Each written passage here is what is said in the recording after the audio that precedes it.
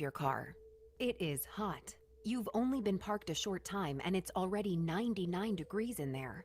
Let's not leave children in the back seat while running errands. It only takes a few minutes for their body temperatures to rise, and that could be fatal. Cars get hot, fast, and can be deadly. Never leave a child in a car. A message from NHTSA and the Ad Council.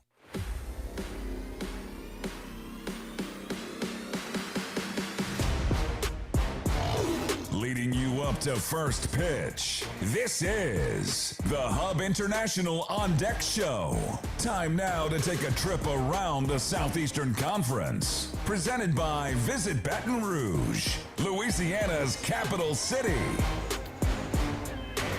Yes, the first of two games this afternoon from the box after weather and rain. Lots of it moved Friday's game, originally scheduled for a 6:30 start. It'll be a 1 o'clock first pitch today for Game 1, followed by a 6:30 Game 2 start later this evening. Today's game sponsored by Dudley DeBosier, injury lawyers and official partner of LSU Athletics. 444-4444. Go Tigers. Yes, an important weekend in SEC play. Of course, they're all important, but we've got 3 remaining here in 2026. And to set the table on what has happened thus far around the Southeastern Conference and what's coming up later today, once again, here's Tiger champion Buzzy Hydell. Buzzy? Thank you, Chris. Yeah, 2 games were rained out last night. Of course, LSU, South Carolina, and then Texas A&M, Auburn rained out. All other games were played. We'll catch you up on finals from last night. You had Alabama beat Vanderbilt 5-0 in Tuscaloosa. Arkansas rules Ole Miss 12-2. Final in 7 innings in Fayetteville. Georgia with the win over Missouri 4-0. Kentucky beats Tennessee 9-2. Oklahoma in a tight game over Florida with the win 4-3. And Texas beats Mississippi State 3-1. Mississippi State had a 9-game win streak going on. Texas takes care of them 3-1 in Austin, Texas. Games today, again, LSU and South Carolina will play a doubleheader. So will Auburn and Texas A&M. Tennessee will take on Kentucky, Missouri and Georgia, Alabama, Vanderbilt, Arkansas, Ole Miss, Texas and Mississippi State, and then Oklahoma will host Florida. Real quick, we'll give you a standings update. Georgia sits at the top still at 16-6. Texas A&M at 14-6. Texas at 14-7. Mississippi State at 13-9, Auburn at 12-9, Oklahoma and Arkansas 12-10, Alabama at 12-11, Ole Miss sits at 11-11, so does Florida. Kentucky and Tennessee are at 10-12, Vanderbilt 10-13, South Carolina 7-14, LSU 6-15, and Missouri at the bottom of the SEC at 4-18 for a conference record. Now again, Buzzy, as I mentioned, 3 SEC series remain this season, 9 SEC games, and if the Tigers want to move up those standings, it will start not only today but tonight and tomorrow. Tiger fans, a reminder, all LSU Sports Radio Network broadcasts stream for free on the LSU Sports mobile app. You can download the app for free on iOS or Android. It's the LSU Sports mobile app presented by BASF. We create chemistry. Moving along on the Hub International On Deck Show. Up next, we'll take a look at the starting pitchers for both the Gamecocks and your Tigers. It's LSU hosting South Carolina. Game 1 of a doubleheader coming up on the LSU Sports Radio Network. When it comes to investing in your home's comfort, it's never just one thing. You want to make sure you get an air conditioning system that's reliable, affordable, energy efficient, backed by a strong warranty, and is installed by a dealer you can trust. That's why people who insist on the best choose Trane. Trane is a proud partner of LSU Athletics. Visit TraneSouth.com today to find a Trane dealer near you. It's hard to stop a train, but it's easy to afford one. Ask for details. On Alabama's beaches, the coastal code isn't written on signs. It's written in the moments you make. It says, drop your flip-flops in the boardwalk and run. Seashells are the party favors of the Gulf, and all dance floors extend to the shoreline. Ready for a place where play leads the way? You'll get it when you get here. It starts with rule number 1. Start planning at alabama's.beaches.com. My wife, she loves the fried okra. She's from Mississippi, so that's her favorite thing to do. I guess I was just too late. The flame ignited right there in my face. The pain was, it was bad. That's how I got second, third degree burns. Blue Cross treated me great with the recovery process. In the end, everything worked out. I'm Chad. I'm from Baton Rouge, and I had Blue Cross for 10 years. I don't eat fried okra. That's the funniest story. Here is a look at the game's pitching matchups as the Hub International On Deck show continues on the LSU Sports Radio Network.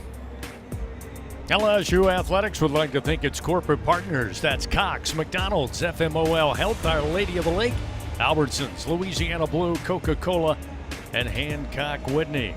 Great sponsors that make these broadcasts available each and every time the Tigers take to the field. Well, doubleheader today. Yesterday's game scratched due to heavy rains in the area.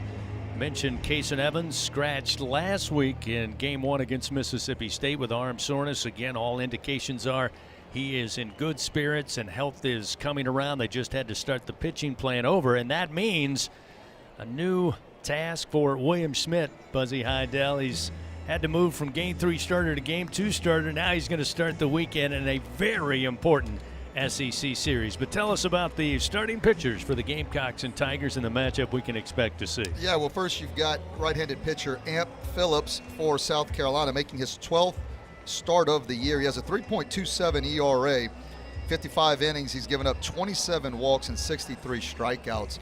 It's a nice arm. It's 91 to 94 with the fastball, kind of a three-quarter slot. The last couple outings for Phillips hasn't been great. He started against Kentucky, gave up 5 earned runs and only an inning and a third. And then the previous start for Mississippi State went 4 innings, gave up 3 earned runs, a home run. So it's kind of been a little bit of Jekyll and Hyde here lately. He did have a good start before that against Missouri. But it's a nice arm. When he's in the strike zone, he can be effective. He gets a little wild at times. And over the last couple starts, the velocity has been down a little bit. For LSU, I think it's just stay aggressive offensively, get pitches you can hit. This is an unusual day today in early May with a north wind. Those flags are blowing straight in. It's going to be a tough offensive day, so LSU is going to have to try to figure out a way to manufacture runs. Again, take the walk when they can, be aggressive in the strike zone, and try to have some success against Amp Phillips. And then for LSU, you've got right-handed pitcher William Schmidt making his 12th start with a 4.17 ERA, 25 walks and 72 strikeouts in 54 innings. With this win, I think it'll benefit William Schmidt. He's a guy that a lot of times will work up in the zone, and he will pitch to contact with fly balls. He'll have the other team hit fly balls on him.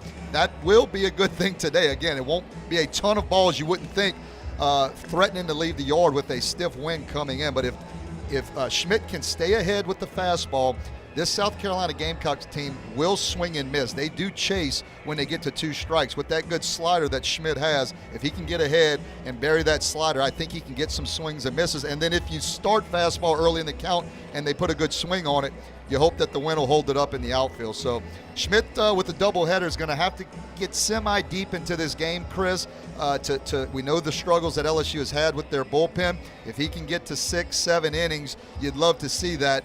Bring in the bullpen guys, close it out, and then figure out a way to win Game 1, and then obviously a big Game 2. So a big weekend. You hate to talk about sweeping, but LSU's at that point in the season where they're running out of games, and they don't have enough wins yet to qualify for anything. So you got to talk sweep. You got to do that by winning the first game. No doubt about it. Again, it'll be Amp Phillips, a junior right-hander on the bump for South Carolina. Sophomore right-hander William Schmidt will get it started for the Tigers when we get going just after 1 o'clock here in Game 1. We'll continue with more on the Hub International On Deck show. A quick reminder, fans, if you think you have what it takes to be a true Caniac Maniac, well, prove it at the next home baseball game. You can win a prize pack courtesy of Raising Cane's One Love. When we come back, we visit with the top Tiger. Jay Johnson joins us next on the Hub International On Deck show from the LSU Sports Radio Network. When you shop Albertsons online or in our app, you can count on us to have freshly picked high-quality ingredients ready for pickup or delivery in as little as 30 minutes. Plus, save $30 off your first online order and let Albertsons take the hassle out of shopping while racking up the savings. With free pickup or delivery, you will always get the same great prices, deals, and rewards as in-store. Shop online at Albertsons.com or in the app. Albertsons, fresh foods, local flavors. Hi, this is Chef Kevin Belchin for People's Health. If you have diabetes, heart failure, or cardiovascular disorder, and you have Medicare, ask about a People's Health Chronic Condition Special Needs Plan. It's a Medicare plan designed to help with the unique needs that go along with these chronic conditions. Call People's Health today. Your benefits could start as early as next month. Plans are insured through United Healthcare Insurance Company or one of its affiliated companies, a Medicare Advantage organization with a Medicare contract. Enrollment in the plan depends on the plan's contract renewal with Medicare. Hey, Tiger fans, 12 and younger, don't miss your chance to be a part of Mike's Kids Club, presented by Shell, the exclusive kids club of LSU Athletics. Join Mike's Kids Club for only $25. Get the official Mike's Kids Club t-shirt, free admission to select LSU athletic events, and much, much more. To learn about upcoming events and to join, please visit lsumkc.com. The Mike's Kids Club, presented by Shell. At Toyota, we don't just build trucks. We build something that's meant to last. That's why the 2026 Tundra is built to tough it out and to take it easy. Built to carry tradition and to make new ones. Built stronger, built louder, built here. The 2026 Toyota Tundra. Built in Texas, driven everywhere. Test drive at your local Toyota dealer or visit Toyota.com today. Toyota, let's go places. Feature availability differs based on trim. See Toyota.com for details. Before the Fighting Tigers take to the field, time to visit with the top Tiger, LSU skipper Jay Johnson. Presented by Hancock Whitney, the official bank and credit card of LSU Athletics. On the Hub International On Deck Show from the LSU Sports Radio Network. Coach, goes without saying, important weekend here starts today. I know the weather not agreeable Thursday and Friday, but we get two here on Saturday. The weather looks great. Obviously, your players no strangers to playing doubleheader in their baseball careers. But once you made the decision, kind of what was the plan to get them ready for two very important games in one day? Yeah, we had a good session yesterday. We kind of advanced our scouting stuff by a day, got ahead, got that done, got to work on it, what we're trying to do with the starting pitcher, at least in game one, and then got some rest. And this time of year, that matters. I've noticed with this particular team, when they're fresher is usually when we get their best bolt. And there was good energy, coming in the park today. So should be that way, and I'm happy to see that. Well, again, coming off a solid win on Tuesday in the midweek, really the offense, again, continuing to show an uptick there. Let's talk about William Schmidt, going to get the start here today. How does his skill set match up with what you know about South Carolina's offense? Well, I think his skill set matches up with anybody, and I think it's purely execution. The ballpark should favor pitching today, and so we need to be aggressive in the strike zone, try to get some outs with less pitches, and pitch into the sixth inning. That will be really important, obviously, with three games condensed in about a 29, 30-hour period. Let's talk about South Carolina. When you see them play well, as you scouted the Gamecocks, coming off a really important weekend where they got 2 out of 3 against a good Kentucky team, what do they do well when they're winning? Well, they've played with good energy here recently in these SEC series. They got a sweep at Missouri. They won 2 of 3 against Kentucky. I thought they competed hard in the series against Mississippi State, even though they had gotten swept. So I think they're playing hard. Offensively, they have strong guys. Like if you make a mistake, they can damage it. And then they've played decent defense. So I think when you look at that, they're capable, just like every SEC team is. The margin between winning and losing will be small today, and we want to work to put ourselves on the right side of that. Real quickly, Amp Phillips going to get the start for them. What do you know about their pitching staff, starting with Amp? Yeah, he was rolling pretty good through the first 5 starts of SEC play or 4 starts of SEC play. The last couple haven't gone as good. You really have to, force him into the zone to a pitch that you can hit hard. If you expand the zone, he can collect outs quickly. And then with 2 strikes, he thrives on chasing the ball down. So we cannot chase the ball down with 2 strikes. Real quick, Coach, before we go, looking forward to a great weekend of baseball, but I know we're certainly going to honor one of the best ever, the 96 team being honored here today, and again, brings back great memories for everybody who loves the purple and gold. Yeah, no doubt. I mean, that's the team in college baseball for me. I don't know if it was the best of all these championship teams here, but when you think about LSU, you think about 1996, walk-off homer, great players on that team, Eddie Furness, like what a crew that was. And so it's going to be awesome to be here with them today and getting honored. It's hard to believe. I think that's 30 years has gone by since that. But I hope the crowd, and I'm sure they will give them the loudest ovation because that team definitely earned it. Looking forward to a great weekend, Coach. Best of luck. Get after them. All right, thanks. Head Coach Jay Johnson, everybody. Quick timeout. We'll get you the starting lineups in Game 1. We got the first of 2 coming up today at the box. South Carolina and your Tigers on the LSU Sports Radio Network. Tiger fans 12 and younger, don't miss your chance to be a part of Mike's Kids Club. Presented by Shell, the exclusive kids club of LSU Athletics. Join Mike's Kids Club for only $25. Get the official Mike's Kids Club t-shirt, free admission to select LSU athletic events, and much, much more. To learn about upcoming events and to join, please visit LSUMKC.com.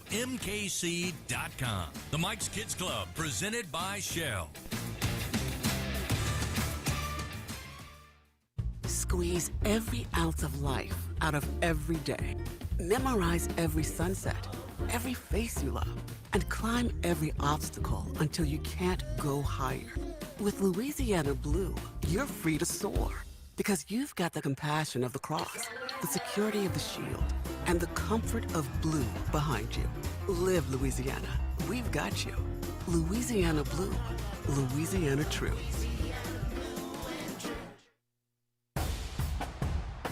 Champions make plays on the field and in life. With LSU Online, you can keep your career moving, earn your degree, and still run your own game plan. Learn anytime from anywhere and take the next step toward your goal line. It's time to make your move, Tiger fans. Visit online.lsu.edu. LSU Online. Win where you are.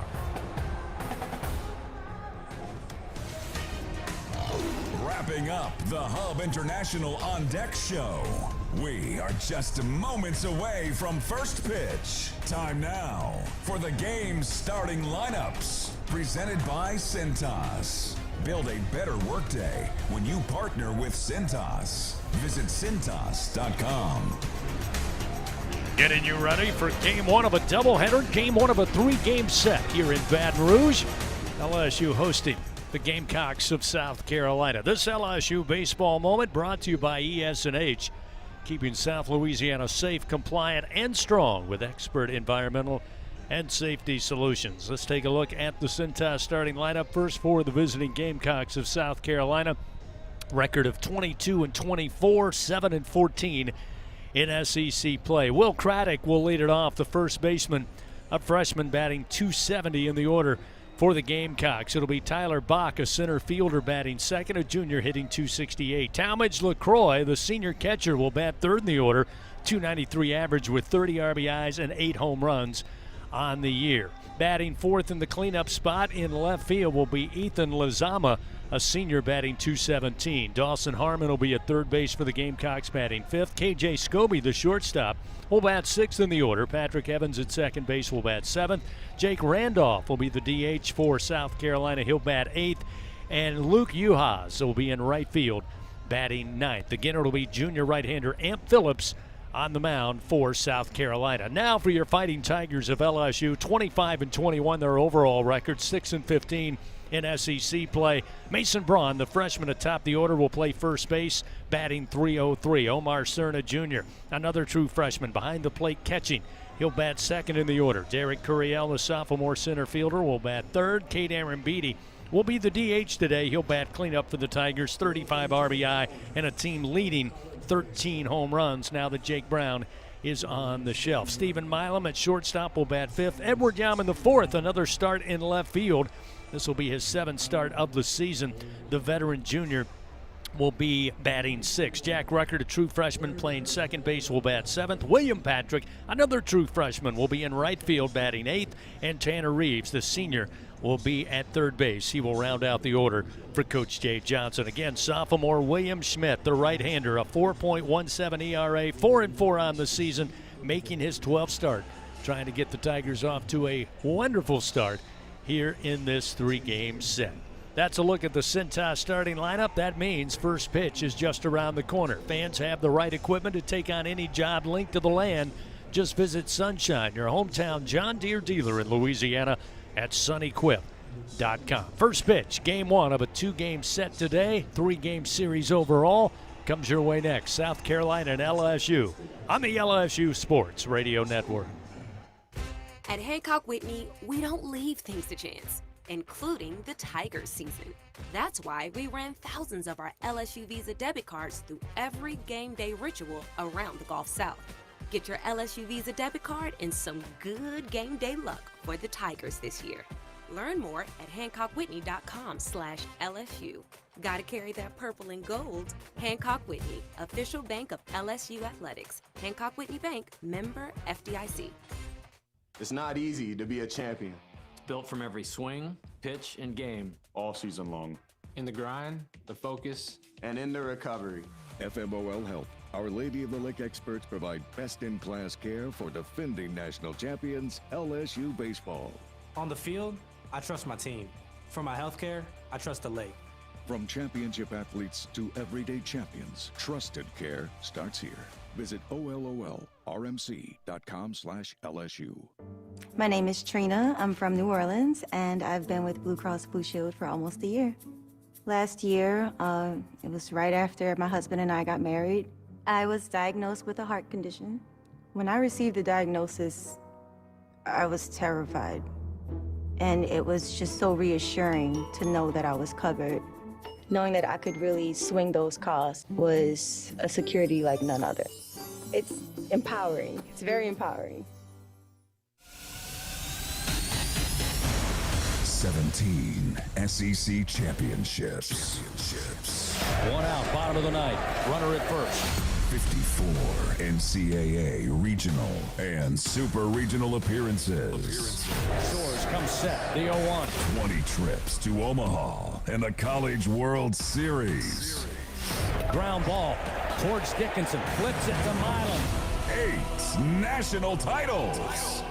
The relay to first in time. Tigers win. Tigers win for the second time in 3 seasons and the 8th time in program history. The Fighting Tigers reach the pinnacle. They stand alone atop the mountain. Your LSU Fighting Tigers, the 2025 college baseball national champions. The powerhouse. This is LSU Fighting Tiger Baseball.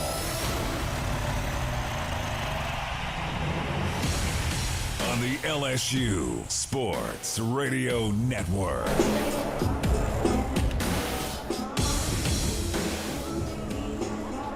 Absolutely gorgeous Saturday here in the capital city. Mild temperatures, strong breeze, but we are indeed ready for SEC baseball. Welcome in, Tiger fans. Skip Bertman Field inside Alec Box Stadium. First of 3 games this weekend featuring the South Carolina Gamecocks and your Fighting Tigers of LSU. Along with Tiger champion Buzzy Heidel, I'm Chris Blair. Our producer today, Jeff Palermo, back in the Capital One studios. Before we get underway, first pitch, get your game day weather report brought to you by AccuTemp. Chance of power outages never if you get a whole home generator from AccuTemp. Keep the power in your hands. After a ton of rain late Thursday and most of Friday, nothing but blue skies, a few white puffy clouds, but cooler temperatures. Time of first pitch, 69 degrees, and we are ready to go. William Schmidt on the bump for the Tigers. At the plate, Will Craddock, and the first delivery, a strike from Schmidt. We are underway. Time of first pitch, 1:03 Central Time. Craddock, the freshman out of Anderson, South Carolina, right-hander, swings, sends this one high in the air. Third base side, looking for it is Reeves, comes up the line, and nobody makes the play. It's a fair ball. They had Schmidt in the vicinity, Milan kind of creeping in, and Reeves looked like he was taking the lead. Again, the wind may have played a little havoc with it, but I'm not sure, Buzzy, anybody really declared they had a good beat on the ball, and it's going to allow Craddock to arrive safely on an infield pop-up. Well, we mentioned it in the pregame. That wind, I mean, it's an unusual wind for early May in South Louisiana. That is a north wind, and it's blowing hard in from center field. No fly ball, no pop-up will be routine today. Indeed. So now a runner at first. Tough break for William Schmidt, and the first delivery now to Tyler Bach, the junior out of Sugar Hill, Georgia. Misses a little high for ball one, 1-0. We mentioned the mindset coming in. Again, William Schmidt started the season kind of as the weekend Game 3 starter. He's moved up to the Game 2 starter with the injury to Cooper Moore. And then with the arm soreness last week, Cason Evans unable to go in that Game 1 against Mississippi State as that one misses for ball 2. Now 2-0 to Bach. Schmidt, certainly all the physical tools, has to take the mentality of a series starter, and he gets a swing and a miss there as he challenges with the fastball at 95, and it's 2-1 to Bach. Well, talking to Jay Johnson too, he said he wants to work on getting quick outs from Schmidt. That's going to allow him to go deep in the game. That was a tough break for the first batter against Craddock to hit a pop-up. Really not routine, but routine in any other day to just land on the infield grass. So got to still pitch early in the count to get quick outs. 2 balls, 1 strike to Bach, the left-handed hitter. Schmidt comes set, now fires. Fouled back into the screen. That'll even the count now. 2 balls and 2 strikes. ID. While we have a moment, let's pause 10 seconds. Station identification on this, the LSU Sports Radio Network. This is LSU Fighting Tiger Baseball on the LSU Sports Radio Network and the LSU Sports mobile app. Schmidt will fire the 2-2 up and in to Bach. That'll fill the count now, 3-2. The velocity's good early for Schmidt. It has been really all year. He's sitting at 95 miles an hour with the fastball. Payoff delivery off the end of the bat. Slow roller near second. Milam going to pick it up. Step on the bag. Throw to first in time for the double play. That one way too easy for Stephen Milam, and I say that with tongue firmly in cheek. Again, you're going to lead him right to the bag, Buzzy. He's going to turn 2.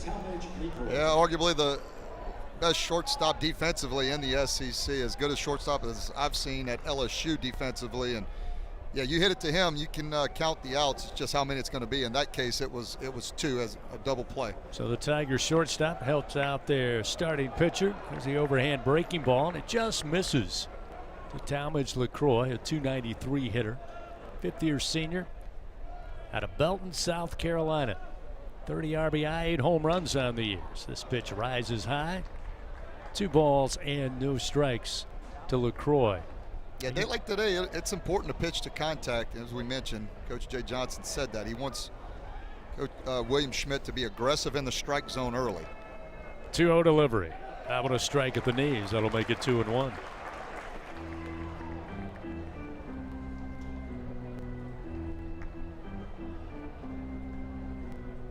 Again, the wind whipping, as we told you, blowing in. Can gust up to 15, 20 miles per hour, the weatherman says. The 2-1. Oh, just missed the outside corner. Another good pitch by Schmidt. Better take by LaCroix, and that'll make it a hitter's count now, 3-1. Yeah, Schmidt went with the slider. It was at 86 miles an hour. Thing was darting across home plate, and a good take by LaCroix. 2 outs, nobody on. The 3-1. Fouled back behind the plate. That'll fill the count now. 3 balls and 2 strikes. Again, the Tigers, LSU, 4 freshmen in the starting lineup. South Carolina, as we said, Will Craddock atop the order. A freshman for Coach Monty Lee. Again, that double play changed everything. 2 outs, no man on, and a payoff delivery and a base hit off the bat of LaCroix. 2-out single. He'll make the wide turn as the throw coming in late, and it gets away from Milam. So a heads-up play by LaCroix with 2 outs. Realized that Yaman taking a little time to get over there. He was shaded towards left center.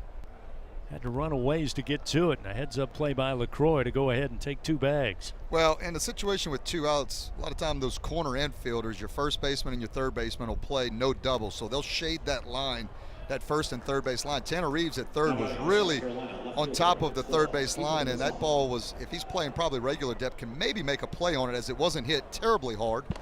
Ethan Lozama swings and misses at the breaking ball. The left-hander gets behind early, 0-1. 217 hitter. Righty on lefty matchup with a runner at second. 2 gone, top of the first. That one above the belt, little inside. That'll even the count. 1 ball, 1 strike. Yeah, only 61 home runs for South Carolina as a team this year. The 1-1 delivery. This one hammered and a base hit down the line in right. That will send LaCroix in from third. Just now getting to it is Patrick, and an RBI double now off the bat of Lozama, coming with 2 outs. And the Gamecocks take an early 1-0 lead. Yeah, that pitch hung up in the zone for William Schmidt, and Lozama did a good job of waiting back, getting it coming right into the barrel, and back-to-back doubles for South Carolina gives them the early lead. Yeah, innings never over with. Even when you get 2 outs, you still got to bear down from a pitching standpoint defensively. We talk about it all the time in college baseball. You're never out of it. Dawson Harmon takes the first offering from Schmidt. The breaking ball missed far outside, or rather a fastball that missed into the left batter's box. 1-0 the count to Harmon. Gamecock strike with 2 outs. Now a runner at second. Still 2 down. The 1-0. Off speed, but inside. That'll make it 2 balls, no strikes. Yeah, early the off-speed pitch, it's good. The slider is good for Schmidt, but it's kind of up in the zone at the moment. Need to really work on snapping that pitch down at the knees. Lozama with a lead-off second. Schmidt will look back that way. Now the 2-0 to the plate.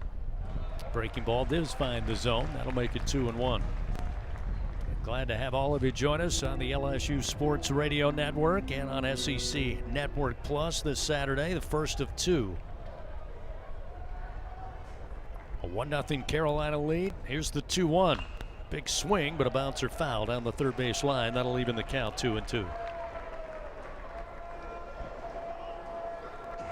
Yeah, these are the situations early in the game, you don't think much of them, but guy in scoring position, and South Carolina, you want to drive that run in with 2 outs and a guy in scoring position. LSU, you obviously want to make the big pitch and get your team out of it with just giving up 1 run in the first. 2-2 delivery. Fouled back off the bat of Harmon. Stays alive, keeps the count even. They all count the same, though, whether you score them in the first or you score them later in the game in the 7th, 8th, or 9th inning. And again, a lot of times the focus is more there in the end of the game, but these spots are just as big in the first few innings. Schmidt with his 24th pitch, and a swing and a miss. Down on strikes goes Harmon. Gamecocks, though, get on the board. 1 run on 3 hits. They leave 1 man on in scoring position. Played a half inning here at the box. Gamecocks leading 1-0. Tigers come to the plate for the first time today. Top of the order, Mason Braun, Omar Cerna, and Derek Curiel. When we continue, this is Fighting Tiger Baseball. In Baton Rouge, locals don't just love their home, they love sharing it. Discover a city where culture is abundant, hospitality comes naturally, and the best spots are never kept secret. With the vibrancy of a big city and the ease of a weekend getaway, Baton Rouge invites you to slow down, savor, or soak it all in. Find your pace at visitbatonrouge.com. In the SEC, it just means more. But what is it exactly? It's the fans, the students, the traditions, the legends. It's passion to celebrate deeper, reach farther, think smarter, make an impact off the field. It's that intangible thing that happens when 16 schools raise the bar as one. Because in the SEC, it just means more.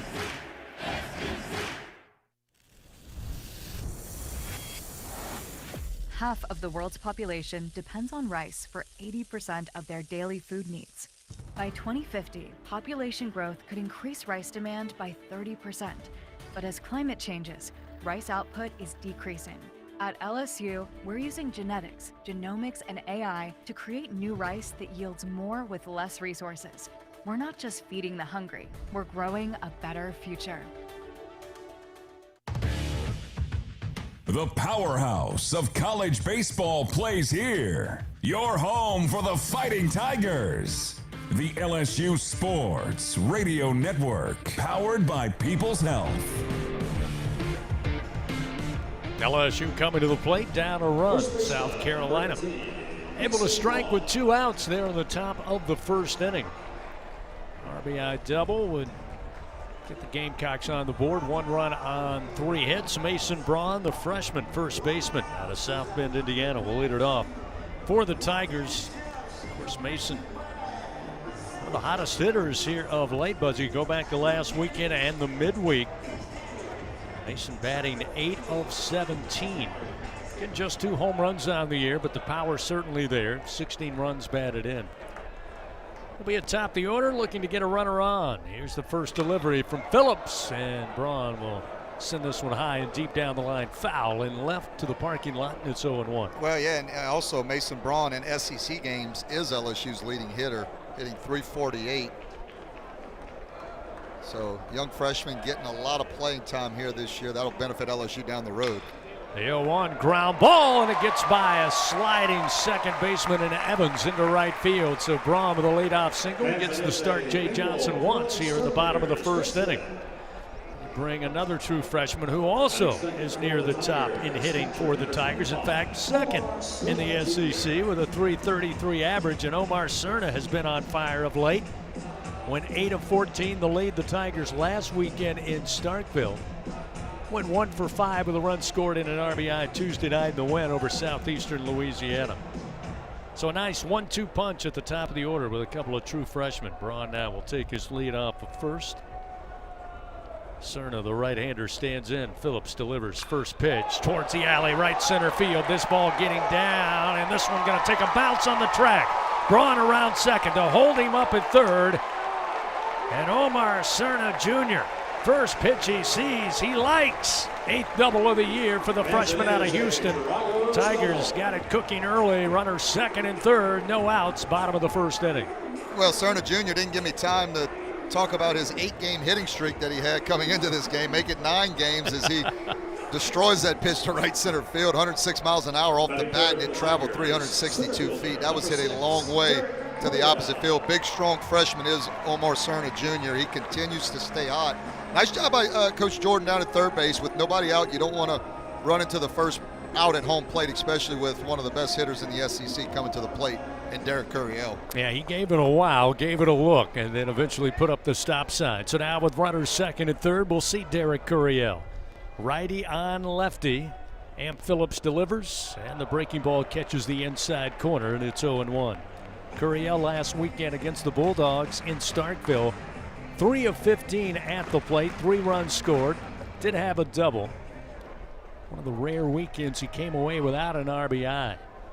There's the 0-1. This one low, evens a count, 1 ball, 1 strike. Phillips will throw a split finger pitch, and he'll throw it mainly to left-handed pitchers, or excuse me, left-handed hitters. So the fastball be about 50% of the time, and then he'll throw the curveball and the slider 15 to 20% of the time. But that split finger, he will work into left-handed hitters. The 1-1. That one going to find the outer edge at the knees, and that'll get Phillips ahead. 1 ball, 2 strikes. Now, Curiel on Tuesday went 3 of 4 with a 3 runs scored and 2 RBI. So to your point, right guy, right situation here for your Jay Johnson with nobody out. Trailing 1-0, runners second and third. The pitch. Fouled back off the end of the bat by Curiel.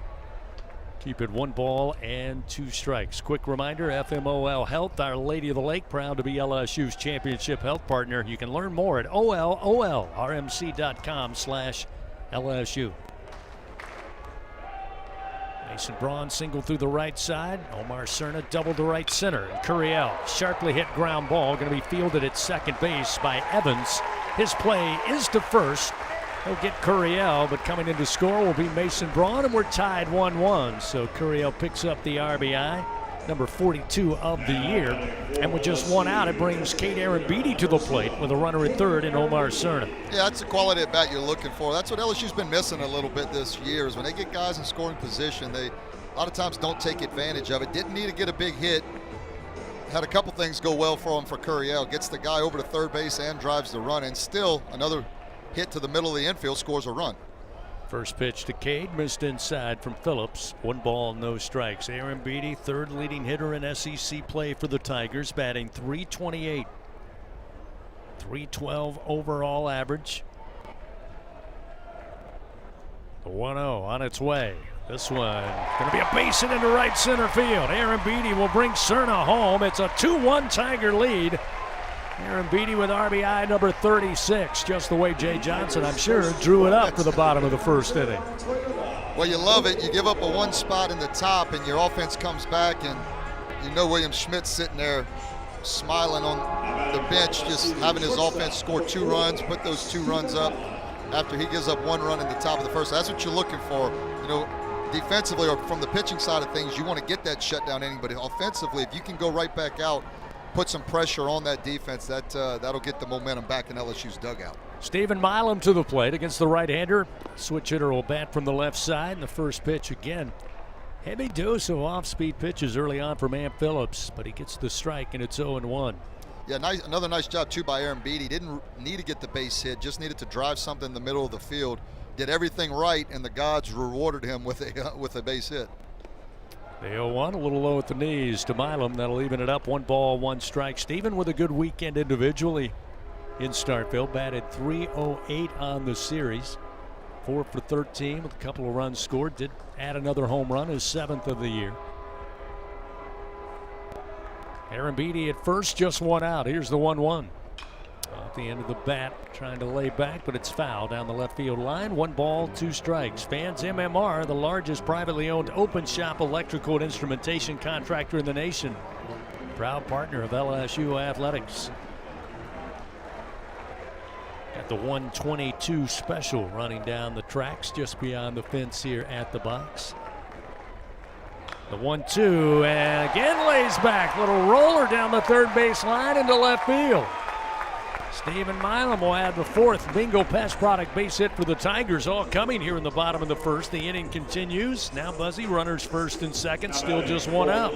Yeah, Stephen Milam will extend his hitting streak to 13 games and his on-base streak to 24 games. Doesn't matter how hard you hit it sometimes, you just got to hit it in the right spot. Milam did a nice job again of staying the other way, not trying to do too much, and just knocking that base hit to the left side. But credit LSU, they are not missing Amp Phillips' off-speed pitch right now. They are staying back, using the whole field. That's what you got to do when a guy's going to flip a bunch of breaking pitches in the zone. You can't try to pull off of them.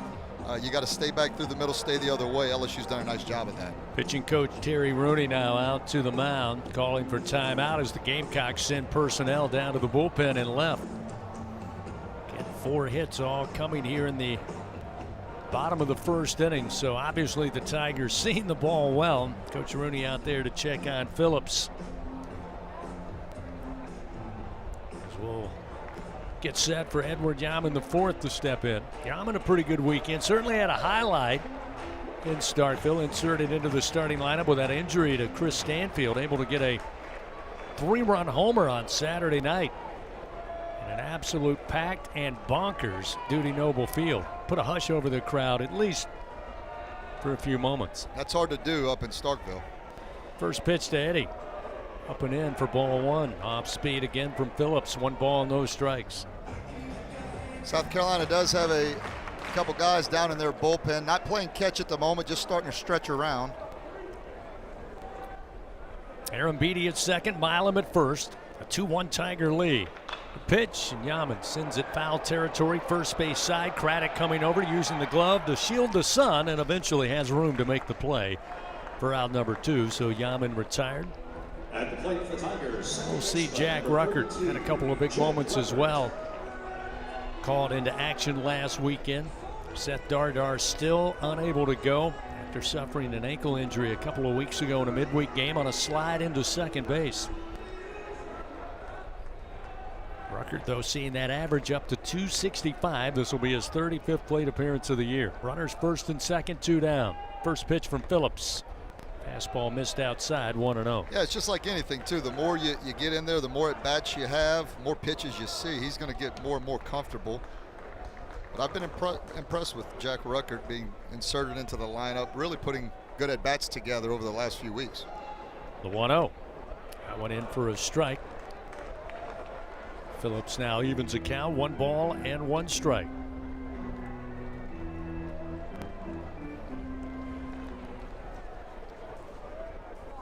South Carolina coming off a good weekend on the road, or rather at home against Kentucky. That pitch, they'll appeal down. They say Ruckert didn't go around. Low below the knees, that'll make it 2-1. Took 2 of 3 from the Wildcats. Of course, had a sweep earlier this season on the road in Como against Missouri.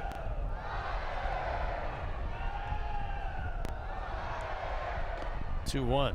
Misses the outside corner. That'll make it 3 balls, 1 strike now to Jack Ruckert. Yeah, 2 teams in LSU and South Carolina really in similar situations playing. It's now or never, and you know both coaches know how important this series is with only a couple remaining. 3-1 pitch. The spinner in for a strike. That'll fill the count 3-2.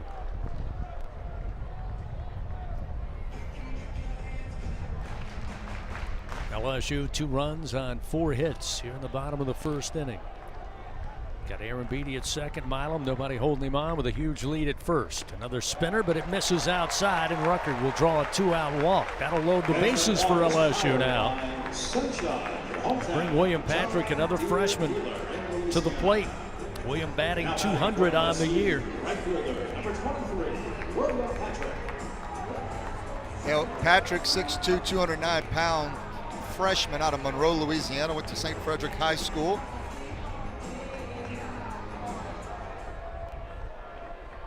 Big moment here for the freshman. Bases loaded, looking to deliver another 2-out rally. First delivery, the breaking ball. They'll appeal. They say he went around, couldn't hold back on a pitch that darted outside to the right-hander. William, I'm not sure agreeing with that call from Randy Rosenberg, but he'll dig back in. 0-1 the count. The base is loaded and 2 outs. The 0-1. Fastball missed away. 1 ball, 1 strike. Well, Phillips, pitcher for South Carolina, first year here at South Carolina. He attended South Carolina Upstate in Spartanburg, South Carolina last year. Was the Big South newcomer of the year last year. The 1-1, little tapper down the third base line, going to stay fair. Could be a tough play as Patrick trying to beat it out, but the throw from catcher LaCroix in time to Craddock for out number 3. But the Tigers take the lead. They play 2 runs on 4 hits. They leave 3 men on. We go to the top of the second. A 2-1 LSU lead. Carolina comes to the plate after this on the LSU Sports Radio Network. It's not easy to be a champion. It's built from every swing, pitch, and game. All season long. In the grind, the focus, and in the recovery.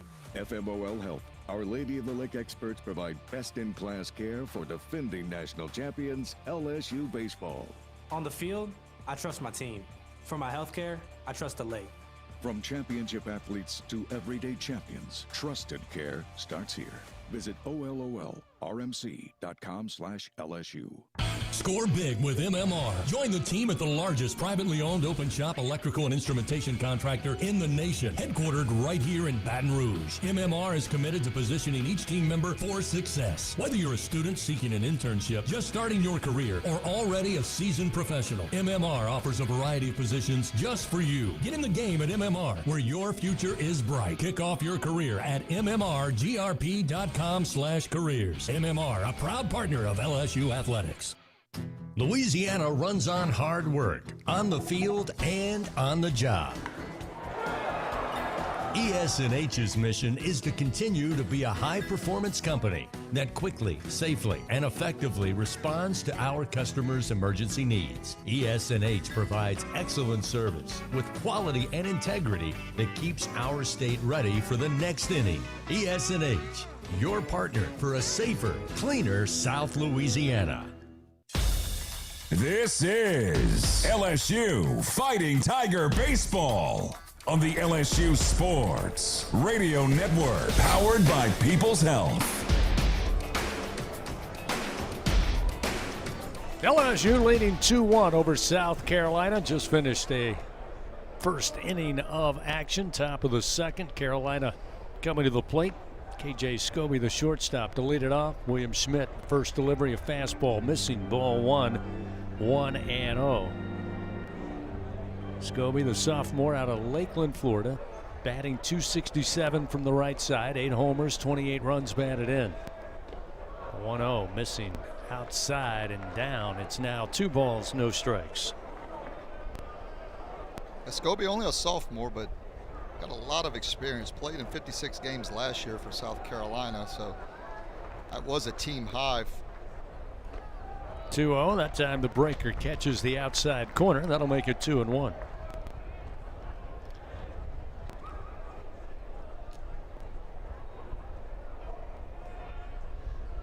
Infield slightly shifted to Poole for the right-hander. He'll swing, send it straight up into the air near second base. Milam now calling for it. Across second base, between first and second, and Milam's got it for out number 1. That's a long way to run for Stephen Milam, but the monster was emphatic to Ruckert, Schmidt, and even Braun. I got it. And they all cleared out of the way, and he makes it. Well, a day like today, it's what you call a high sky. There's no clouds in the sky, so the ball is, it's a lot tougher to see the depth on the baseball and really what it's doing. Then you couple that with the wind that's blowing, you just want outs. It doesn't matter who catches it, how far they got to run.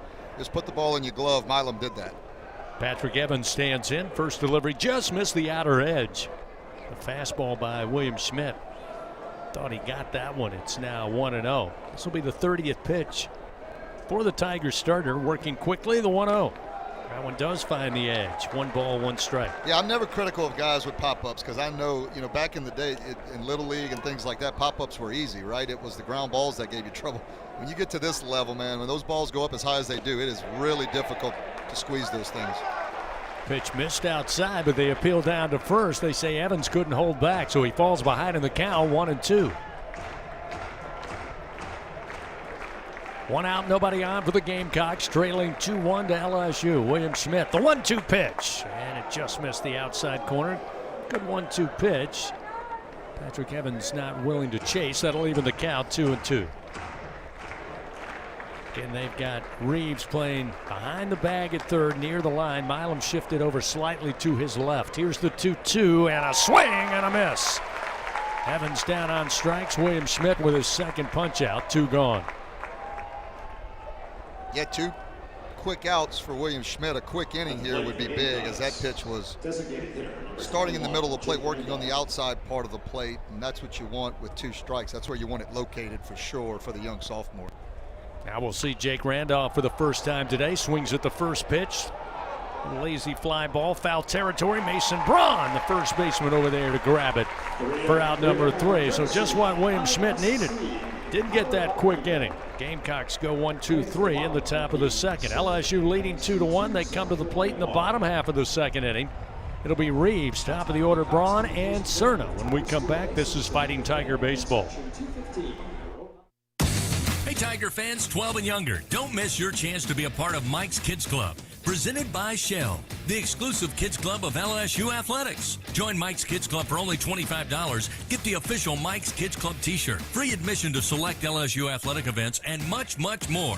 To learn about upcoming events and to join, please visit lsumkc.com. The Mike's Kids Club, presented by Shell.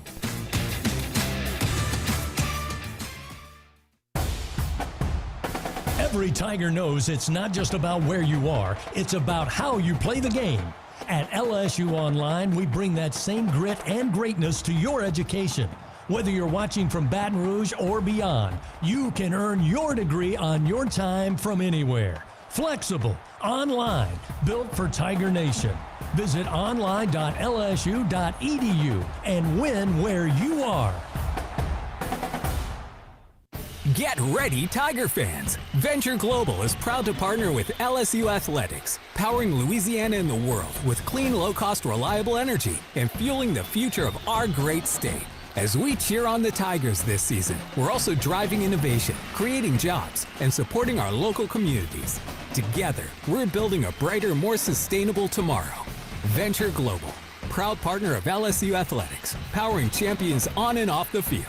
Go Tigers! Live action of LSU Fighting Tiger baseball continues from the LSU Sports Radio Network, powered by People's Health. Tanner Reeves leads it off for the Tigers here in the bottom of the second. They lead Carolina early 2-1. Am Phillips ready to deal. First pitch, Tanner will foul. Line drive down the left field line, and it's 0-1. Reeves also being called into action, fifth-year senior, after John Pearson. That leg injury. Friday night's game one. Puts a charge into this one, but it runs into the wind to left field. Mazama comes in a few steps, makes the play, and quickly one out as Reeves retired. Now back to the top of the order, and Mason Braun. Coach Jay Johnson this week asked about the injuries. Obviously, Kason Evans more about getting him ready to pitch. They say all indications are Harm is healthy. He's good to go. Just a matter of getting him back into the pitch plan. Then with Chris Stanfield and John Pearson, two guys that are everyday players. You hate it for Stanfield, obviously missing 16 games early in the season as well. First pitch to Braun. Off-speed breaking ball missed inside. 1 ball and no strikes. Braun, by the way, single to right field his first time up. Came around to score the 1-0. Missing outside from Phillips. Now 2 balls, no strikes. Well, that's what's been tough for LSU. Don't get me wrong; they've struggled at times this year, but you couple that with the injury bug, and it's really become a difficult situation. But like you said, it opens up opportunities for younger guys to get in there and get the reps that they otherwise would not have gotten. Showing bunt, but the pitch missed outside. Braun will bring it back, and now it's a 3-0 count. But for me, it's the pitching injuries that, Cooper Moore was a big loss for LSU, a guy that was a weekend rotation guy. Kason Evans, the last week and a half or so with the little injury. Those are the guys you really need to be healthy. Pitch inside, a little up, and that'll put Braun aboard for a second time today. 1-out walk will send him to first, and we'll see Omar Cerna Jr. Fan scratch-made dishes, wall-to-wall TVs, craft beers, and cocktails. Stop by today, order online, or just use the app. Walk On Sports Bistro. Game on. Cerna, big swing back in the first inning. Double to the right center field wall. Yeah, South Carolina with the shift on. First delivery down in the dirt, blocked up by LaCroix. That'll keep Braun at first base. Of course, Cerna Jr. said, I can hit the ball to right field. Watch my first at bat. Just stayed on a double to right field as the wind now continues to pick up. And that flag is galing out from center field. Or galing in, I should say. Here's the 1-0 pitch. Fastball outside. 2 balls, no strikes now to Cerna.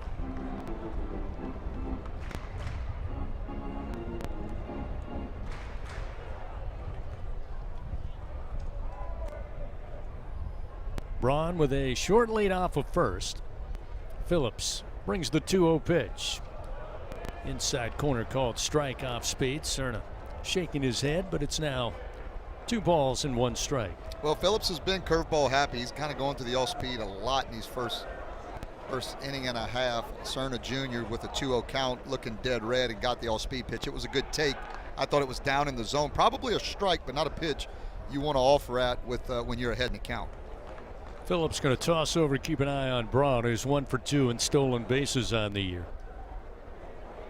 2-1 the count to Cerna, the freshman out of Houston. This pitch, fastball, got loose way outside in the left batter's box. That'll make it 3 balls, 1 strike. Cerna, of course, Jay Johnson's talked about it. People talking about his emergence as an everyday star for LSU. He said, really, that's no surprise. We were thrilled to get him on campus. He was the number 4 high school catcher according to Perfect Game a year ago over in Houston. Here's the 3-1. That's going to hit him. Got him on the arm, so Cerna will head on down to first. So now a walk and a hit batter will put runners first and second for the Tigers.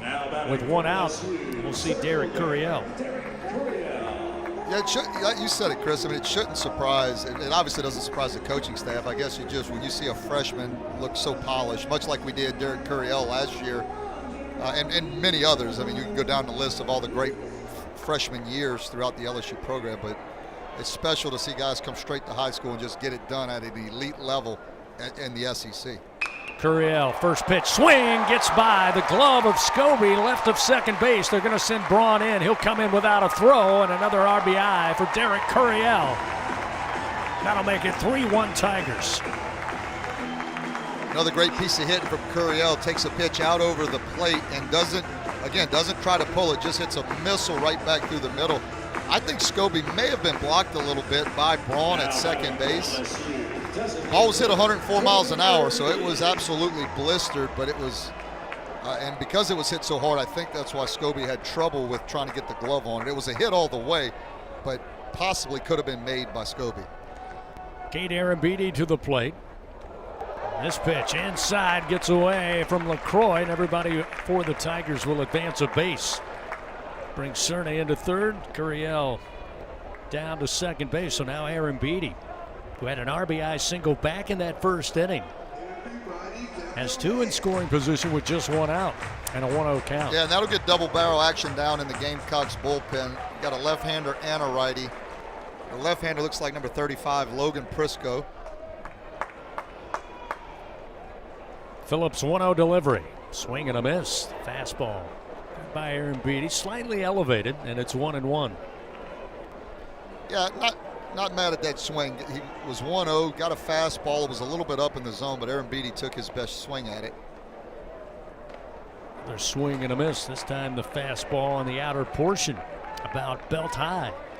Arambidi couldn't find it. 1 ball, 2 strikes now. That was a situation where Phillips has been so curveball happy. Arambidi may have been looking off-speed pitches. There comes the off-speed. Fouled off to the Gamecock bullpen. Left side.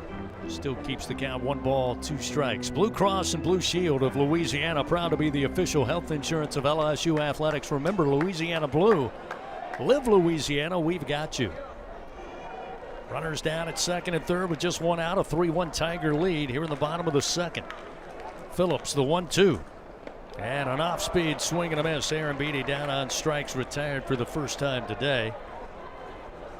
Results in the second out of the inning. So now with ducks on the pond, it'll be up to Stephen Milam. Trying to deliver here with 2 outs in the bottom of the second, trying to build on a 2-run lead, 3-1. Yeah, that was the good curveball that Phillips throws. That was down in the zone. Really good pitch, had good down action on it, and Arambidi wasn't able to make contact. And so, yeah, Milam, the guy who's done it so many times for LSU, see if he can do it again in the clutch with 2 outs. First delivery a little low from Phillips. 1 ball and no strikes. Milam with a base hit back in the first inning.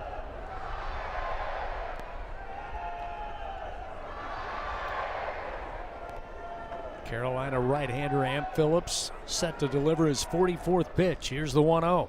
And Milam, another base hit opposite field into left. Cerna coming around to score. They'll send Curiel. The throw is up in front of the plate. Derek will score, and the Tigers add 2 more.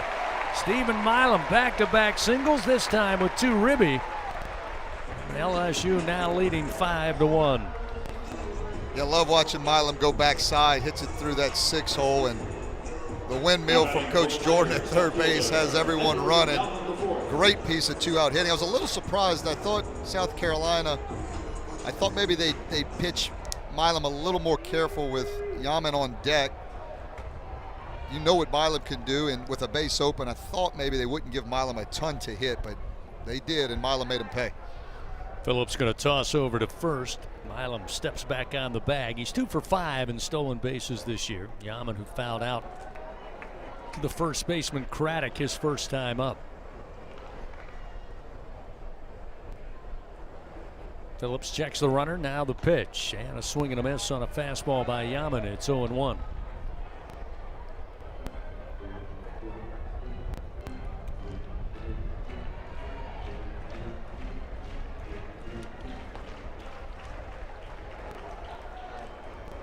Milam a short lead off of first. Here's the 0-1 pitch. And Yaman sends this one high in the air, but behind the screen and into the seats down in right.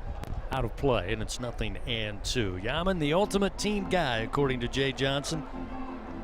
redshirt junior out of West Sand Lake, New York. Came to the Tigers in 2025 after transferring in from Dayton. He's redshirted. This pitch going to miss inside. Make it 1 ball, 2 strikes. Brave take that time by Yaman. Yeah, I mean, a guy that had some success at Dayton. I mean, he hit 13 home runs with 54 RBIs in 2024. And so a guy that he didn't just come to LSU because we needed him to be on the bench. He's a guy that could do it and has done it at Dayton. There's a swing and a miss on a breaking ball from Amp Phillips, and that'll end it for the Tigers. But they add 3 more. 3 runs on 2 hits. They leave 1 man on. We've played 2 complete here at the box. It's a 5-1 Tiger lead. Gamecocks come to the plate next. This is Fighting Tiger Baseball. Everything tastes better after an LSU Tiger victory. Similarly, everything also tastes better once you've baptized it with the handcrafted flavor of the original Louisiana hot sauce.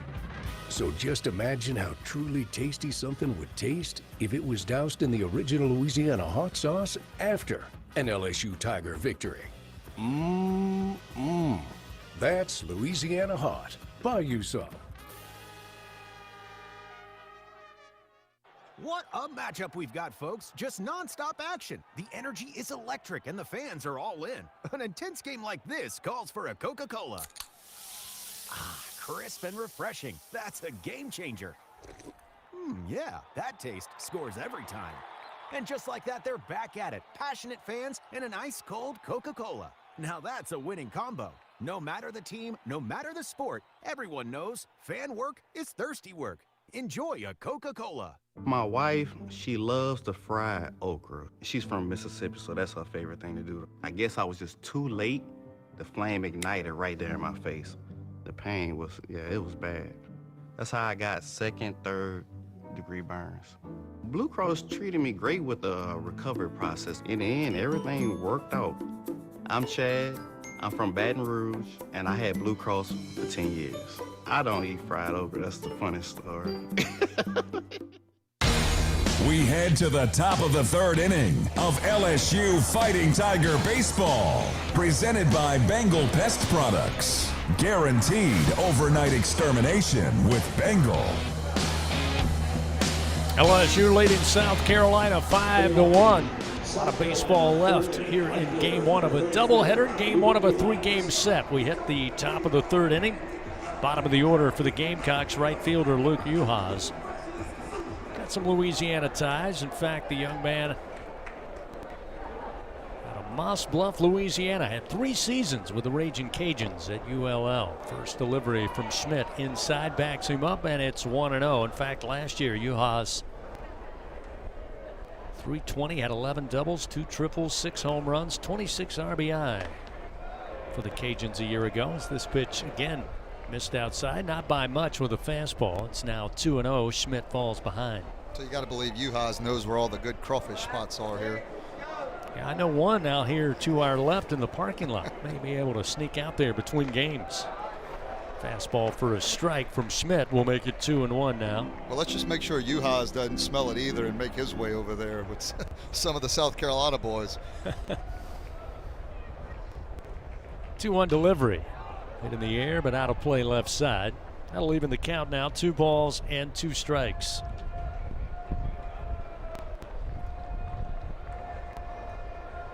Again, LSU with a couple crooked numbers there in the bottom of the 1st and 2nd. So Schmidt with a 4-run lead, get out there, fill up the strike zone, 9-hole hitter, pitch to contact.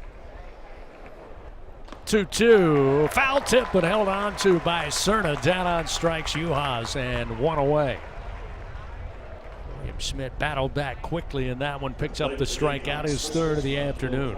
Yeah, a little extra giddy up, that fastball moving right past Uhas' bat, and a good first out for William Schmidt. Needs to continue to pound the strike zone, though. I liked what I've seen early from William Schmidt. Top of the order, Will Craddock. He got aboard. A pop fly that landed maybe 60 feet from home plate on the infield grass, 3rd base side. The Tigers unable to handle it. He was able to get aboard, was erased on a double play. The batter that followed. It's 0-2 now as Schmidt finds the Strike zone, works ahead early. Craddock regrips the bat. Here's the 0-2. And a bouncer towards third. Reeves with his foot on the line. Throws to first. Braun with a stretch in time to get Craddock for out number 2. Yeah, nice job by William Schmidt, too. He's working quick. Got 0-2 very quickly to Craddock and they wanted the fastball up in the zone. It wasn't quite as up as they wanted it. Craddock able to put decent wood on it, but Tanner Reeves with a nice job firing it across the diamond and getting the second out. Schmidt up to 42 pitches on the afternoon. Taylor Bach, the left-hander, stands in. First delivery of strikes. So now, you mentioned it, Williams starting to work a little faster. Not quite as fast as we've seen Case and Evans, but there is a little giddy up in his delivery. And here comes the 0-1 pitch. Bach swings and fouls it back. It's 0-2. Well, he's got good command of all his pitches. He's working the slider in there. The first pitch there to Bach was the overhand curveball. Took a lot more off of it. It was more at 78 miles an hour. Then pumps a 95 mile an hour heater. And so once again, quickly 0-2. Ooh, just missed the outer edge at the knees for ball 1, according to home plate umpire John Brammer. 1 ball, 2 strikes. Taylor Bach, who we told you grew up Sugar Hill, Georgia, started his college career there in Spartanburg for the Wofford Terriers.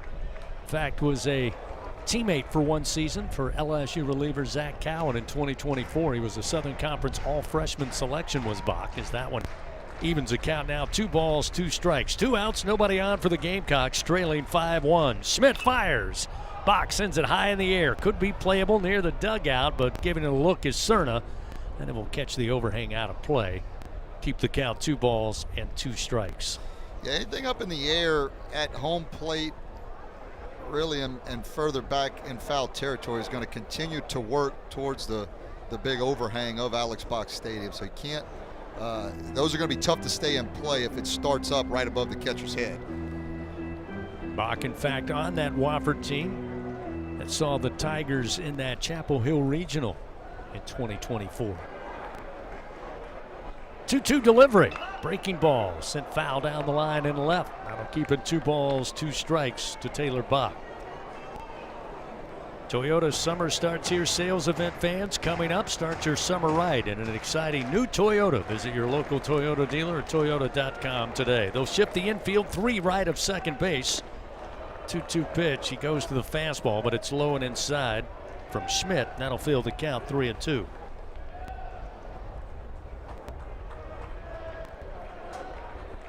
Milam just right of second. Ruckert, a couple of steps on the right field grass. The 3-2 pitch got loose high and outside, and that'll put Bach aboard with a 2-out walk. Yeah, went to the all-speed pitch, 3-2, 2 outs with the 4-run lead here in the top of the third. A little surprised that, again, he's had good feel of all of them, of all the pitches. So if you think you can throw the curveball as much for a strike as you can the fastball, then no big deal. But I thought maybe they'd have gone to the heater, seeing if he could go right after Bach. Runner at first now with 2 down. Talmadge LaCroix, the catcher, takes the first pitch. Breaking ball missed outside. 1 ball and no strikes.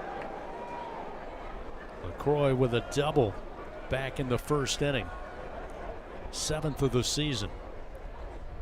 Schmidt comes set. Here's the 1-0. Over the head of LaCroix. Snagged by Cerna. And that will bring Nate Yeske out after falling behind early. 2 balls, no strikes.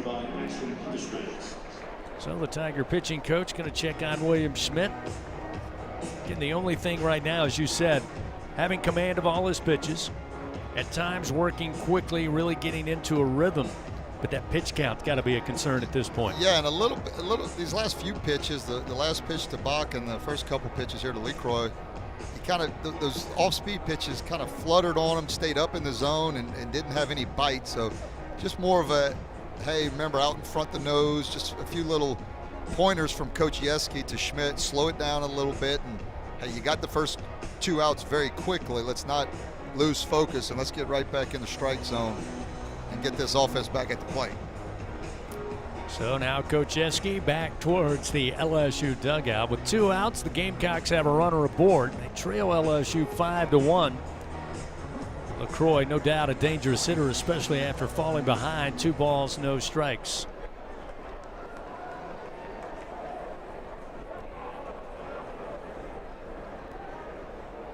Fifth-year senior will watch this pitch, catch the outside corner, make it 2-1. You ever driven through Belton, South Carolina? I couldn't tell you where it was for $1 million.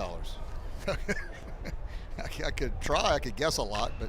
Beautiful part of the country. Here's a lazy fly ball out to left field off the bat of LaCroix. Coming in, Yaman.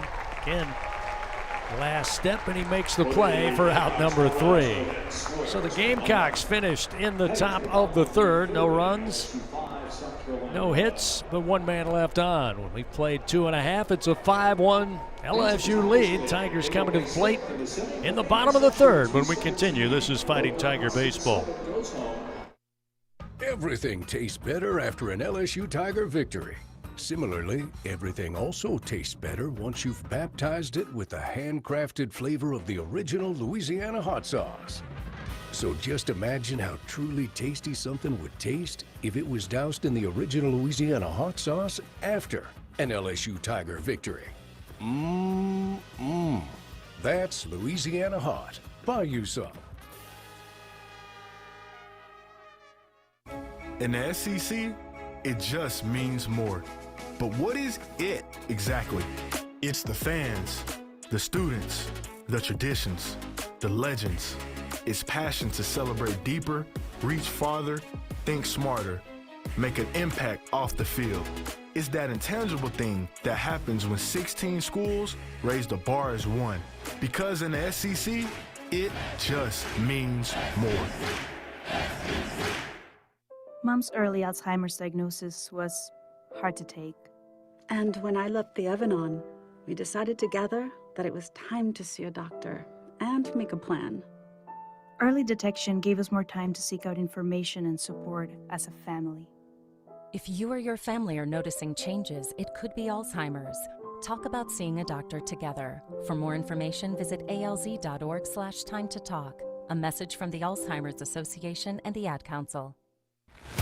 The bottom of the 3rd inning of LSU Fighting Tiger Baseball is presented by Bengal Pest Products. Guaranteed overnight extermination with Bengal.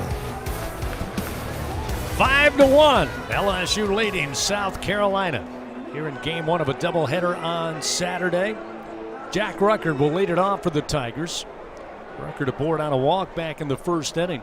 And Phillips going to continue on the mound. This will be pitch number 49 for the right-hander. And he finds the strike with a fastball at 92, and he starts out Ruckert 0-1. Well, Phillips hasn't been crazy sharp for South Carolina, but it seems like Coach Monty Lee's kind of got the same game plan Coach Jay Johnson has, and that's his starter's got to get him deep into the game with a doubleheader today. The 0-1 missing high and outside. 1 ball and 1 strike. And if he can keep it at a 5-1 game right here, maybe throw a couple more innings, I think that would make Coach Lee very happy. Again, with doubleheader, you want to see your starters go a good ways. Nice chopping ground ball, but handled by Craddock behind the first base bag. Hit sharply by Ruckert. What a good play by Craddock. Steps on the bag unassisted, and 1 gone. William Patrick now coming to the plate. Patrick 0 for 1 so far on the day. Yeah, swing and bunt back in the 1st inning. I got to tell you, that was a heck of a play by LaCroix, the catcher for South Carolina, because I thought bases were loaded. Patrick hit a swing and bunt down the 3rd base side, and I thought he was going to beat it out plenty, and catcher made a really nice play. Called strike to Patrick on the outside edge off speed, and it's 0-1.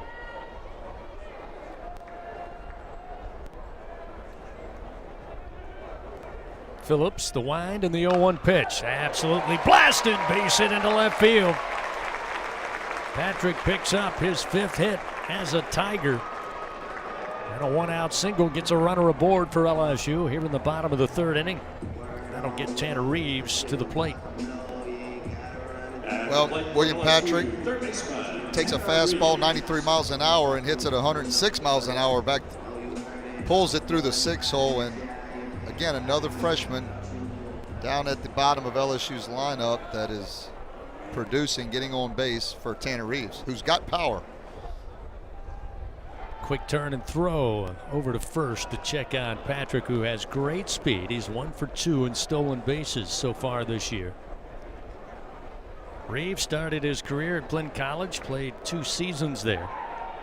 Another throw over by Phillips, and again sliding back safely is William.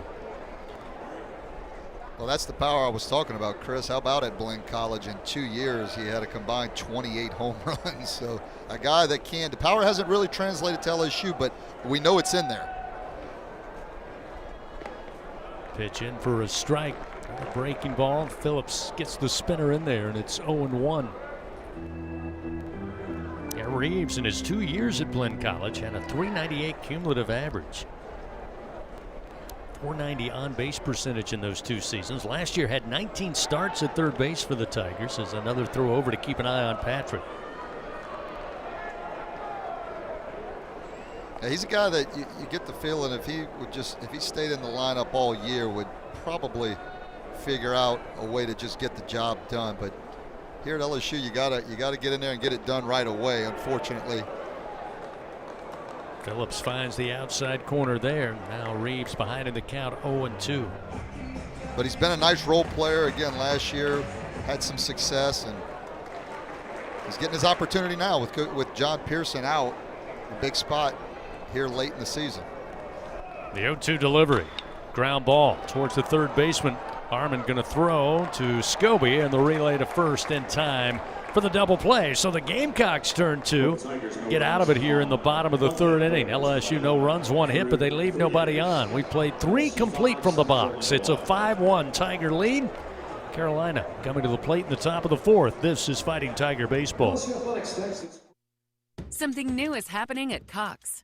Now the price of your Cox internet and mobile plan won't go up for 3 years, and Wi-Fi equipment is included. So no frustrating price changes, just a lot more of what you want, like a pizza with extra pineapple. Yikes. Okay, let's stick with something everyone wants. No price changes on your plan, guaranteed. Learn more at cox.com/value. Must have at least 500 megabits per second speeds and Cox Unlimited mobile, taxes and fees excluded from price guarantee. Mobile data speeds reduced after 20 gigs usage per month. Hey Tiger fans, there's nothing quite like game day at the box.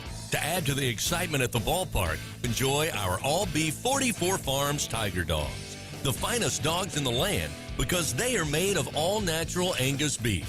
To learn more, please visit them at 44steaks.com. That's 44steaks.com.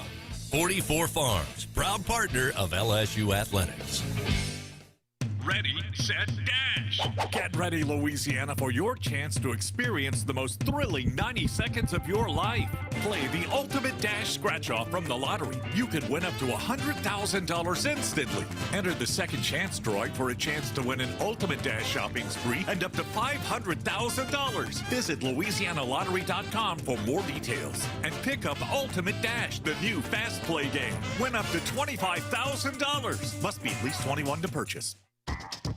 The top of the 4th inning, presented by Dudley DeBosier Injury Lawyers. Throw your 4s up.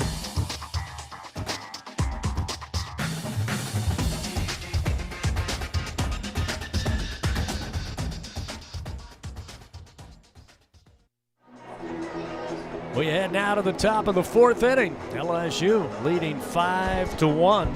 Tigers 5 runs, 7 hits. They played at 2 in the first, 3 in the second. Carolina got on the board first. An RBI double there in the top half of the first inning, but LSU got to be a good sign if you're Coach Jay Johnson looking for the offense to respond. And you said it earlier, Buzzy, also giving a little boost there to William Schmidt after he had to labor a little bit in the top of the first inning. Everything kind of changes when you look up and your team gets you the lead. Now you come back out here in the top of the 4th and you're leading by 4 runs. A little extra time there between innings, between the bottom and top of the 4th, but everything appears to be all right. We're ready to go. Ethan Lizama, the left fielder for the Gamecocks, stands in. First pitch from Schmidt, called strike on the outside corner. Comes with a 93-mile-an-hour fastball, and it starts him off 0-1. Lizama had the RBI double. in that first inning to get the Gamecocks on the board. His 8th double of the year. Here's this big swing, and he fouls it back into the screen, and now Schmidt ahead 0-2. Yeah, we heard Coach Jay Johnson in our pregame interview talk about, I mean, he specifically said he needs William Schmidt to throw 6 innings. I mean, if he could throw 7 or 8 innings, that would be lagniappe, but he definitely needs to get to this 6th inning. The 0-2, fastball a little high and outside. That'll make it 1 ball, 2 strikes to Lozama. And he's approaching 60 pitches. He's at 57 on the afternoon, but I think, late in the season, I think he can get up to 100 pitches and be fine. Called strike 3, inside corner. William Schmidt paints it like Renoir, and down on strikes goes Lozama, 1 away, and another strikeout for William on the day. That's punch out number 4. Went back to the off-speed pitch, and it was an inside breaking ball and just froze Lozama. Harmon on the day, 0 for 1, a strikeout victim, his first time up. And Schmidt delivers the breaking ball for a strike. Again, had Harmon almost bailing out. He lifted the front leg, but then quickly stopped his rotation as that time the pitch got loose from William. Threw it behind the batter. To the backstop it goes, and it's 1 ball, 1 strike. Yeah, that'll keep you on your toes every now and then if you're a hitter. A guy that's throwing a lot of strikes, and then all of a sudden he just throws one over the head. That'll wake you up. The 1-1 delivery. Another spinner that didn't quite have the spin, up and in, make it 2 balls, 1 strike. Dawson Harmon Jr. out of Lithia, Florida, as we told you earlier. He's at the College of Central Florida last year in Ocala. There's a huge swing and a miss. Schmidt pulls the string, and that'll even the count, 2 balls, 2 strikes.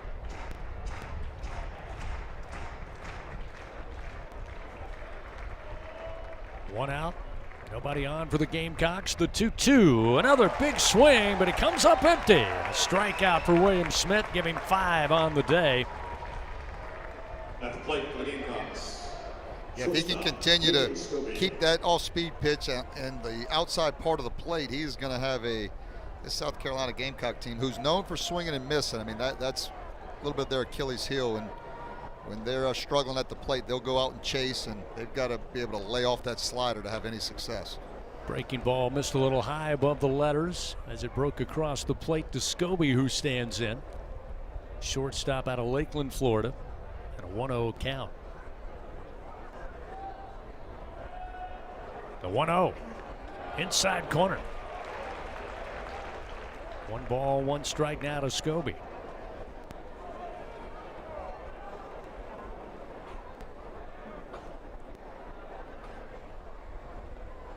Two gone, nobody on. The 1-1 in the air, could be playable. Foul territory, right field, but Mason Braun says he doesn't see it, but as it turns out, makes its way into the seats out of play. ID.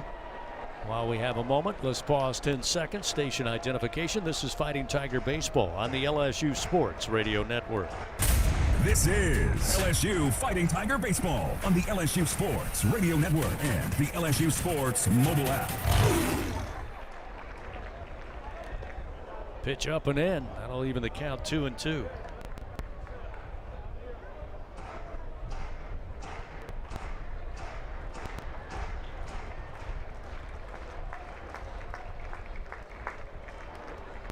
Two outs, the 2-2 pitch. Breaking ball again, just high above the letters. Fill the count, 3-2. Yeah, those off-speed pitches when he's missing, when he gets the good one, it's really good, and then he's kind of getting underneath a few of them and having that thing sail on him. This one driven into center field. A base hit going to bounce in front of Derek Curiel. A 2-out single. Keep the inning going for the Gamecocks.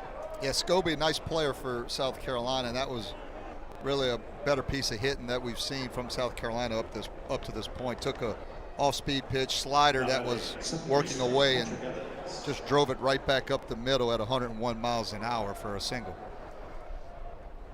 So the runner aboard, it gets Patrick Evans to the plate, the junior out of Leesville, South Carolina.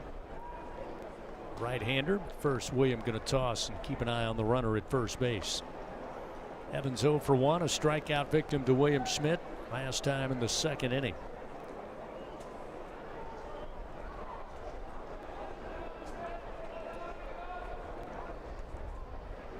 showing bunt. This pitch got down in the dirt. Aaron Beatty, or rather Cerna's got to chase it out near the mound and then try to throw down to Record, but a good jump gets Scobie into second base easily. As he read that pitch down in the dirt, then it got away from Cerna, bounced out onto the infield grass. So that'll put Carolina a runner in scoring position now with 2 outs. Makes this at bat very important if you're Coach Monty Lee and Patrick Evans. Yeah, and Scobie did a nice job of reading down angle. I've always said when you read down angle, you've got to start running to second base, take off before that ball even hits the dirt. You've got to anticipate it, and then once you see it on that angle, you take off, and then once it bounces away, it's hard for a catcher to pick it up and make that play all in one motion. Nasty slider elicits a swing and a miss from Evans. It's now 1 ball, 1 strike. You always want to try to get to second base with 2 outs. Get into scoring position where now a base hit should score you. The 1-1 down in the dirt. The appeal down to first, they'll say. He went around. So Evans now looking at a 1-2 count on another nasty slider that just had him fooled. Yeah, that's the slider. That's where Schmidt has to stay. He has to get out in front of it, get on top of it, and work that thing down in the zone and away from the right-handed hitter. The 1-2, a swing and a miss. Goes right back to it. Same result. Down on strikes goes Evans. A half dozen Ks for William Schmidt. We have played now 3.5. 5-1. LSU still with a lead. Gamecocks, no runs. They leave 1 man on. We head to the bottom of the 4th. The Tigers coming to the plate. Top of the order, Braun, Cerna, and Curiel. A 5-1 Tiger lead. This is Fighting Tiger Baseball. Hey, Tiger fans 12 and younger, don't miss your chance to be a part of Mike's Kids Club. Presented by Shell, the exclusive kids club of LSU Athletics. Join Mike's Kids Club for only $25. Get the official Mike's Kids Club t-shirt, free admission to select LSU athletic events, and much, much more. To learn about upcoming events and to join, please visit LSUMKC.com. The Mike's Kids Club, presented by Shell. I'm Richard Fontenot, president of the Louisiana Farm Bureau Federation. My brother and I grow rice, soybeans, and raise crawfish on our farm in Evangeline Parish. For a 4th-generation farmer like myself, Louisiana Farm Bureau is as much a part of my life as checking traps or harvesting rice. Our organization is more than 145,000 members strong, and we've been around for more than 100 years. The Louisiana Farm Bureau spans generations, and we want you to join our family. Visit lafarmbureau.org. The Louisiana Farm Bureau Federation, the voice of Louisiana agriculture.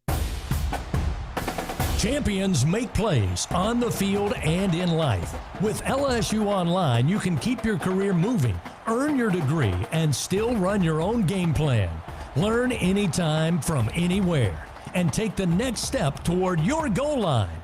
It's time to make your move, Tiger fans. Visit online.lsu.edu. LSU Online. Win where you are. The bottom of the 4th inning, presented by Dudley DeBosier Injury Lawyers. Throw your 4s up. Mason Braun atop the order for LSU will lead it off. Been aboard twice today. Had a single back in the 1st, came around to score. Board on a walk last time in the 2nd inning. It's a 5-1 Tiger lead. Again, the Gamecocks sticking with Amp Phillips. This will be pitch number 57 for the right-handed starter, and it's in on the hands to Braun for ball 1.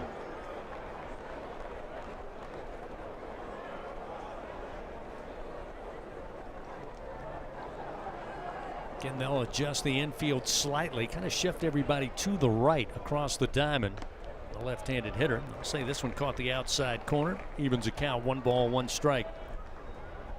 To the Tiger first baseman. They've got Harmon, the 3rd baseman, playing just about where the shortstop is. Scobie shaded towards 2nd. Evans shallow right field, and Craddock hugging the line behind the bag at 1st. That pitch missing outside from Phillips. Now 2-1. Phillips' next pitch will be his 60th of the afternoon. 2-1 delivery. Ground ball, bouncer. Once again to Craddock, the first baseman. A couple of steps. Gets to the bag for out number 1. So Braun retired for the first time today, and we'll see Omar Cerna Jr. Cerna Jr. Yeah, I think this is a big inning for Phillips. Again, Coach Monty Lee obviously wanting Phillips to go deep into the game, and he's given up a few runs there in a couple, first and second innings, but top of the lineup up, if he can figure out a way to try to get his team back in there and keep it 5-1, I think that'll be a big shot in the arm for the Gamecocks. Omar Cerna at the plate for the third time today. He's reached base twice, had a double in the first, and was hit by a pitch last time in the second inning. First delivery missing from Phillips. It's 1-0. And the right-handed Cerna, even though he hit a gapper to right center, they'll still shift the infield to the left as that pitch catches the inside corner to even it up. 1 ball and 1 strike. Harmon now playing behind third base near the line. Scobie a little bit towards third. They've got Evans left of second base. Phillips, the 1-1. Missed down and away. 2 balls, 1 strike. Got a minute. Chris will give you an SEC scoreboard update presented by Republic Finance. Visit Republic Finance for all your personal loan needs. Get started at republicfinance.com/Tigers. 2 balls, 1 strike to Cerna. Here's the pitch. It's upstairs. They appeal. It says he didn't go around. All games in progress at the moment. Kentucky in the top of the 5th is leading Tennessee 4-0. Georgia blanking Missouri 3-0 in the top of the 4th. Alabama leading Vanderbilt 5-4 in the top of the 4th in Tuscaloosa. 3-1 delivery upstairs, and Cerna will find his way to base for the 3rd time today. A double, a hit by pitch, and now a walk. Auburn in the first game of their doubleheader is leading Texas A&M 7-3. That game is in the top of the 4th. The game just underway in Fayetteville as Ole Miss leads Arkansas 5-0. Derek Curiel coming to the plate. Derek 1 for 2, had an RBI single last time in the second inning. He's got Cerna aboard, just 1 out. Middle infield playing double play depth, and the pitch to the left-hander is upstairs for ball 1.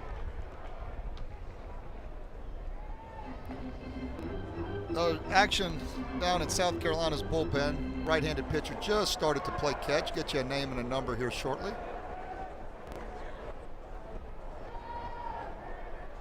Phillips takes his time. Now the pitch. Curiel will foul it back over the overhang. It's 1 ball and 1 strike. Softball's winning 16-0 in the 4th. That's right, 16-0 in the 4th over Auburn. Quick score update. Tiger Park. LSU softball right now leading 16-0 over Auburn. That one in the 4th inning. There's the 1-1. Curiel, bouncer towards second. Backhand pick, then bobbled by Evans. The throw to second gets away from Scobie. Now Cerna will hop up, head his way into third, and Curiel runs into second base. The Gamecocks looked like that time Evans, Buzzy couldn't decide. Am I going to back up? Am I going to run through the ground ball? And at the last moment took a short hop. He tried to backhand pick it, had it for a split second. Rolls out of his glove and kind of a sidearm throw. Scobie couldn't handle it. Tigers keep on running. Yeah, exactly what happened. Ball was hit at 98 miles an hour off the bat from Curiel, and you're right, Evans just was back and forth with it, and then he made the right decision to try to go get the short hop, and then once he bobbled it, it was probably no play anywhere, but it needed to be more probably a flip to second base. It just, everything was arriving at once and became a difficult play for South Carolina. Aaron Beatty takes the first pitch, off speed low for ball 1. Cade coming to the plate. He's 1 for 2 so far today here in game 1 of this series. Cerna now at third. Curiel on the miscue by the Gamecocks. First error of the game. Stands down at second base. So a couple of ducks on the pond in scoring position for Cade Aaron Beatty. Here's the 1-0. Nice breaking ball in for a strike. Drops in at the knees. 1 ball, 1 strike now to the Tiger DH. South Carolina has right-handed pitcher number 44, Parker Morlatt, getting loose down in their bullpen. The 1-1 pitch. Inside and off speed. Backs up Aaron Beatty, now 2-1.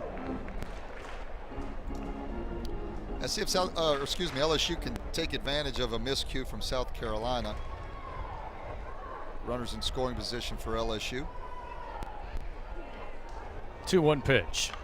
Aaron Beatty will swing and foul it out of play right side to even it up 2-2. Remember, fans, SeatGeek makes it easy to find tickets so you can be a part of all the celebrations. So whether you're buying or selling baseball tickets, count on SeatGeek, official ticket marketplace of LSU Athletics. Runners second and third, just one out. Here in the bottom of the fourth, a 5-1 LSU lead. Aaron Beatty at the plate.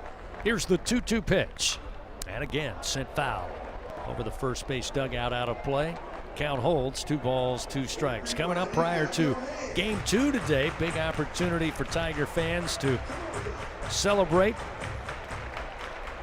the anniversary of that memorable 1996 title team for LSU. They'll be honored before game 2 today.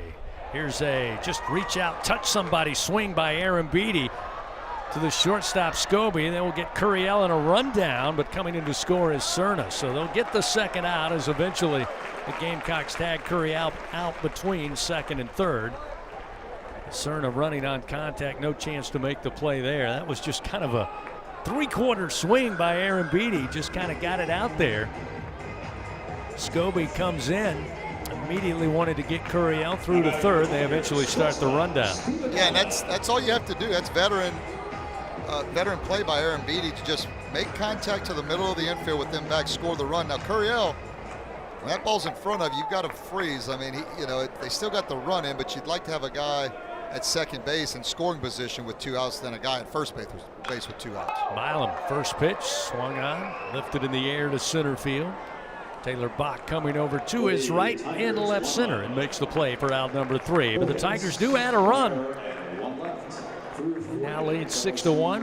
Run on no hits and 1 error on the Gamecocks. We have played 4 complete. 6-1 Tigers lead. Carolina coming to the plate. This is Fighting Tiger baseball. It's not easy to be a champion. It's built from every swing, pitch, and game. All season long. In the grind, the focus, and in the recovery. FMOL Health, Our Lady of the Lake experts provide best-in-class care for defending national champions LSU baseball. On the field, I trust my team. For my healthcare, I trust the Lake. From championship athletes to everyday champions, trusted care starts here. Visit OLOLRMC.com/LSU. 444 for the number you gotta dial. Life throws you a curve, you know it, deadly devotion goes the extra mile. Throw your fours up, throw your fours up. There's a number you gotta dial. Throw your fours up, throw your fours up. Deadly devotion goes the extra mile. 444 for the number you gotta dial. Throw your fours up. Baton Rouge isn't just the capital of Louisiana, it's the capital of college baseball. The fans, the players, the entire atmosphere. When it comes to baseball season, there's no better place than Baton Rouge. And the fun extends beyond the box, with plenty to do off campus. Explore some of Baton Rouge's best fights, visit our incredible museums, and enjoy the sweet sounds of swamp blues, born right here in Louisiana's capital city. Check out visitbatonrouge.com for more things to do on your next trip. This is LSU Fighting Tiger Baseball on the LSU Sports Radio Network, powered by People's Health. LSU able to get runners on and for the most part bring them in. They lead 6-1. We've played 4 complete. We head to the top of the 5th. Leading it off for the Gamecocks will be Jake Randolph, the senior out of Vero Beach, Florida. Transferred in to the Columbia campus after 3 seasons at Presbyterian College. This first pitch from William Schmidt, missing outside, ball 1, 1-0. Randolph on the day. Popped out foul to Mason Braun at first. Here's a high chop, but foul down the third base line. That'll even the count 1 ball and 1 strike. I mentioned earlier in the week, Presbyterian I was College. going to give you I was going to see if you were going to give me the trivia, or I had to give it to you. I was just going to see if maybe you naturally would say, "Oh, I remember the mascot, the Blue Hose." You got it. There's a high chop over the mound. Coming in is Milam. Picks it up with a bare hand. Throws a BB to Braun for out number 1. And another to the highlight reel for Stephen Monster Milam. Yeah, you can't say enough good things. I said it earlier as he gets, looks like what a standing ovation here from the crowd at Alex Box Stadium, but comes in full speed, bare hands it, and throws an absolute dart to first base and gets the first out of the inning. He's as good a defensive shortstop that I've seen since I've been here. Down to the bottom of the order, Luke Uhas back in to bat at the plate. The first pitch missing outside from Schmidt, and it's 1-0. We mentioned the 96 team getting honored today, 30 years since that national championship win. Another breaking ball way outside. Now 2 balls, no strikes. Of course, that shortstop on that team was a guy by the name of Jason Williams out of Santa Monica High School. I heard him on radio this morning, actually, Chris, and he was talking about they're very similar. I mean, in stature, him and Milam, and the way they play defense. Swing and a miss by Uhas makes it 2-1. But they're both really good defensive players, of course, good offensive players as well. And Jason said he thinks he may have made 1 or 2 errors himself if he could have played on a field like the new Alex Box Stadium. The old Alex Box was tough back in the day. Here's fouled off the bat of Uhas. That'll even it up. 2 balls, 2 strikes. Now, he said that, but he was very complimentary of Milam. He said, no, this guy can play. He gets a good first step on balls, much like Jason did when he played, and so very complimentary, and looking forward to seeing Jason and all those 96 guys later on here at Alex Box Stadium, Skip Bertman Field. 2-2, called strike 3 at the belt. Uhas got a little fooled, wasn't looking for that one, and Schmidt with a breaking ball brings up another strikeout. That's his 6th of the day. Now William Schmidt, as we said, had to really battle in the top of the first inning where the Gamecocks put a run on the board. Labored a little more than he wanted to, but he has been very efficient since then. 2 gone. Now we'll see top of the order, Will Craddock. First delivery. Breaking ball, strike on the outer edge at the knees, and it's 0-1. Yeah, just getting into that rhythm too. You know, strike out, get the out, get the ball back, throw a lot of strikes. The 0-1. Craddock chasing one, almost caught him on the hip, but he couldn't stay away. It's 0-2. Yeah, it's fun to watch when William Schmidt is throwing the ball 95 miles an hour and it's got all the command of his breaking pitches, that slider and the curveball. Very fun to watch this young man. The 0-2. Upstairs, gets out of the mid of Cerna. Will make it 1 ball, 2 strikes. Off-speed pitch, a little up. Yeah, you just see it every now and then. That elbow drops a little bit. He gets underneath that off-speed pitch instead of staying on top of it. A 1-2. Ooh, just missed the outer black. I'll give Craddock credit for taking that one. Evens the count, 2 balls, 2 strikes.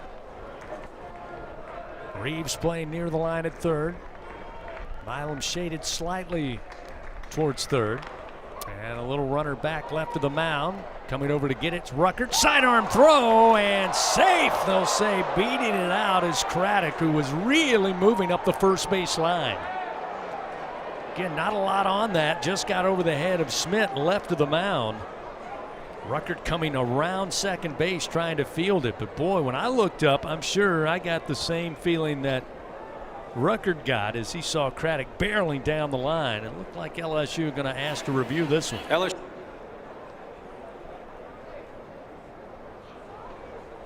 Let's see if the mic is working.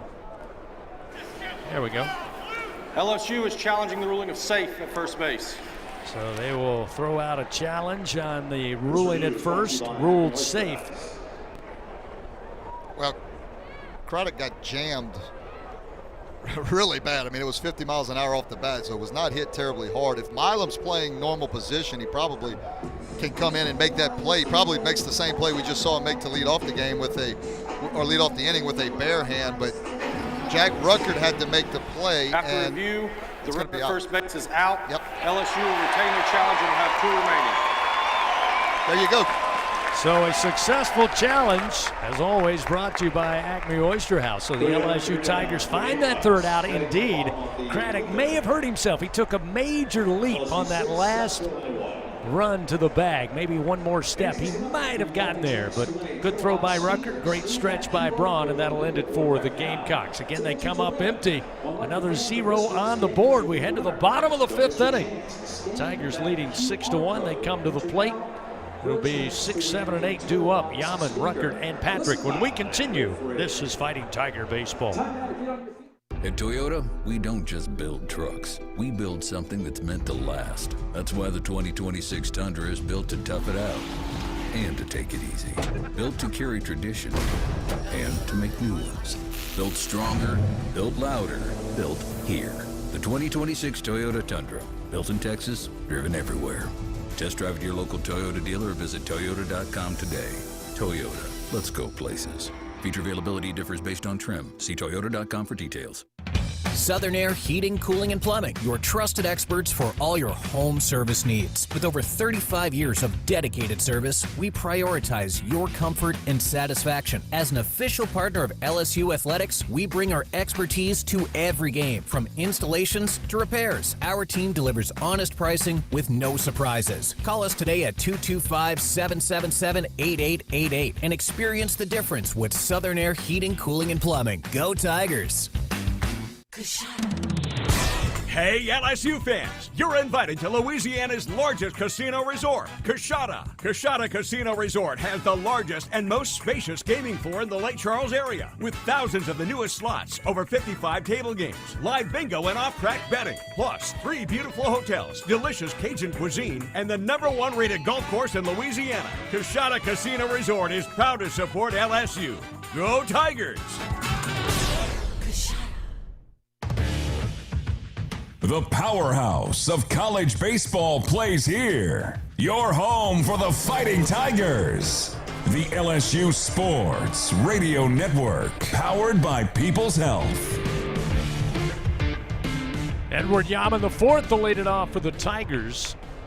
And Phillips back out there for the Gamecocks. Just delivered pitch number 76 for the Carolina starter. It was down on top of the plate, got away from LaCroix, the catcher, and starts out Yaman 1-0.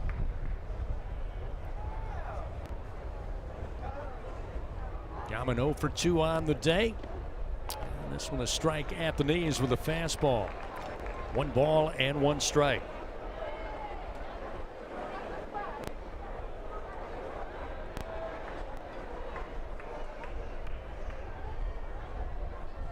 The 1-1.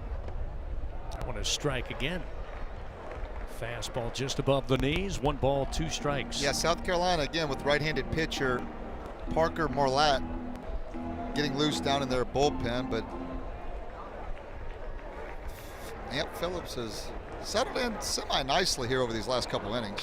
The 1-2, Yaman with a 1-hopper coming over to field it is Evans at second base, and he'll get the throw in time. They almost had him aligned. Let Yaman sneak that one through the 4-hole, but a good first step by Evans going to his left. He was shaded towards the second base bag. Got the nice 1-hop. Made the solid play for the first out of the inning. Yeah, those are always nice as an infielder when you get they don't get much more routine than that. When it hops up to your chest, you can just squeeze it and make an easy throw over to first base. Jack Ruckert stands in. First delivery outside, ball 1, 1-0. We apologize. Apparently there were audio difficulties that are way above my pay grade.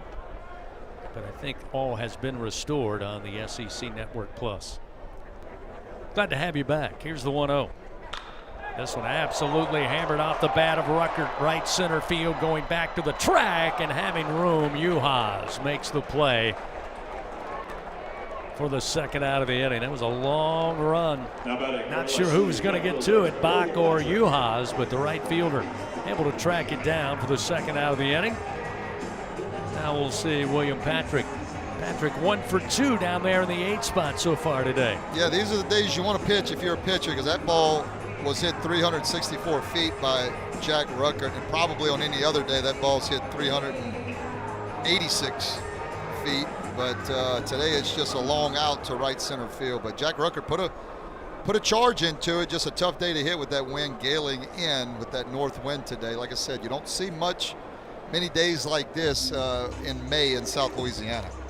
So with those quick 2 outs, Jay Johnson going to use an offensive timeout, bring over William Patrick, talk it over with Tanner Reeves, and Mason Braun.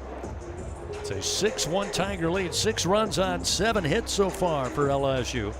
Gamecocks 1 run came in the top of the first inning, 4 hits and 1 error.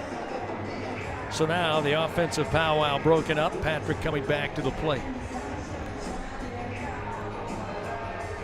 Game 2 later this evening, set for a 6:30 first pitch. Tomorrow they'll finish out the series.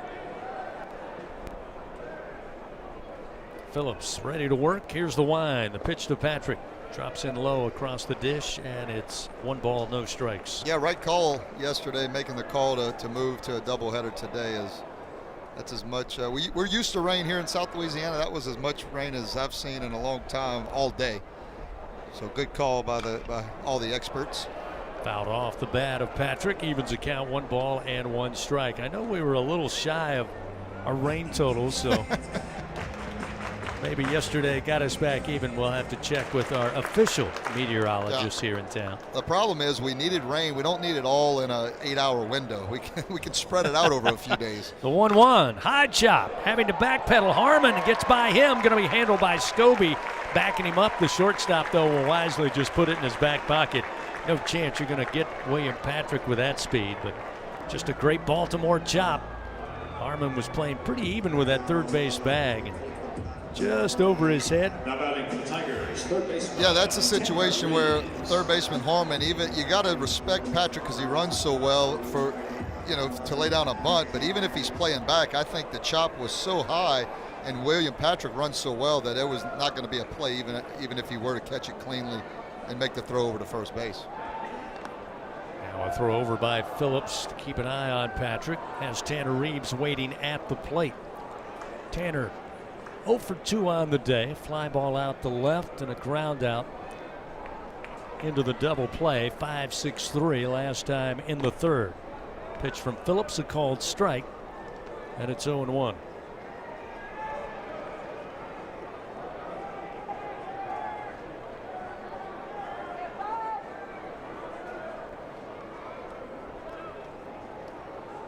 Two outs, runner at first, a 6-1 Tiger lead. Phillips comes set, runner goes, and a swing and a foul ball jettisoned down the right field line. I was going to say earlier, you get a guy like Patrick aboard with that speed, you wonder how long it takes, and you would know this much more than I would, Buzzy. Again, you want to be aggressive. You're at the point where you're trying to win baseball games, obviously. Coach Johnson has told us, hey, look, everything's on the table at this point. We got to find a way to win, but how comfortable do you get being aggressive with so many new pieces with limited experience in those situations? We saw the hit and run attempt there. Yeah. It's now another throw over, and Patrick easily back to the bag. Well, it's a lot easier to call the steal and call the hit and run and put on plays when you're up 5 runs than when you're down. You can take more chances, and that's the beauty of getting a lead and then expanding on it, is you can play more offensive baseball where you put the pressure to the other team. So only thing in this situation Patrick was going is you've got the 9-hole hitter up. You'd hate to get him thrown out and then start with the 9-hole hitter. You got the top of the lineup up next inning if Reeves were to get out. Swing and a foul off the bat of Reeves into the screen behind the plate. Still 0-2 the count. But you get him moving, and Reeves puts the ball down the line or in a gap, and it should be the way he runs at first base, William Patrick. You would think that would be the 7th run of the ball game. So you always want to stay aggressive. Again, it makes it a lot easier to stay aggressive when you're up by a few runs. The 0-2, a called strike on the inside corner. That time they had LaCroix, the catcher, set up outside. Pitch caught the inner black. Down on strikes goes Reeves, and the Tigers come away empty-handed. No runs, 1 hit, but 1 man left on. We've played 5 complete here at the box in game 1 of this doubleheader. It's a 6-1 LSU lead. Head to the top of the 6th. This is Fighting Tiger baseball. Elevate your game day spirit with Sugarfield Spirits, the official vodka of LSU Athletics. When crafting the perfect mixed drink, our vodka's the winning choice that'll have your taste buds cheering for more. Sugarfield Spirits, where the spirit of the Tigers meets exceptional locally made vodka. See our winning lineup at sugarfieldspirits.com or visit us at our tasting room in Gonzales.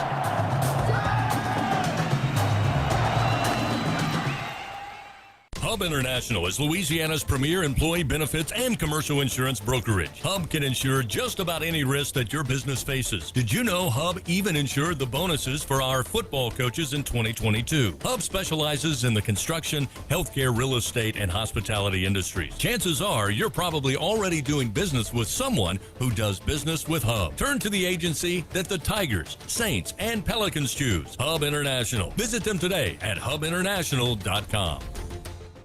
Hub International is Louisiana's premier employee benefits and commercial insurance brokerage. Hub can insure just about any risk that your business faces. Did you know Hub even insured the bonuses for our football coaches in 2022? Hub specializes in the construction, healthcare, real estate, and hospitality industries. Chances are you're probably already doing business with someone who does business with Hub. Turn to the agency that the Tigers, Saints, and Pelicans choose. Hub International. Visit them today at hubinternational.com. This is LSU Fighting Tiger Baseball on the LSU Sports Radio Network, powered by People's Health. 6-1, LSU leading South Carolina. Gamecocks have Tyler Bach to lead it off. 0 for 1 on the day.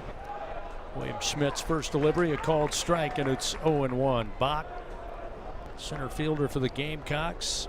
Hit into a double play back in the first inning, aboard on a walk in the third. Here's the 0-1. This one driven to right field. On the run is William Patrick. Chases it down in front of the track and will hold Bach to a leadoff single. So the Gamecocks get the leadoff man aboard. That'll bring Talmadge LaCroix, the catcher, to the plate. Defensive change for the Tigers. Daniel Harden going to take over. Prairieville native in left field for Edwin Yaman IV, who made the start. LaCroix 1 for 2 on the day for the Gamecocks. A double back in the first. Fly ball out to left in Yaman last time in the third. Runner at first, nobody out. The pitch. Strike on the inside corner.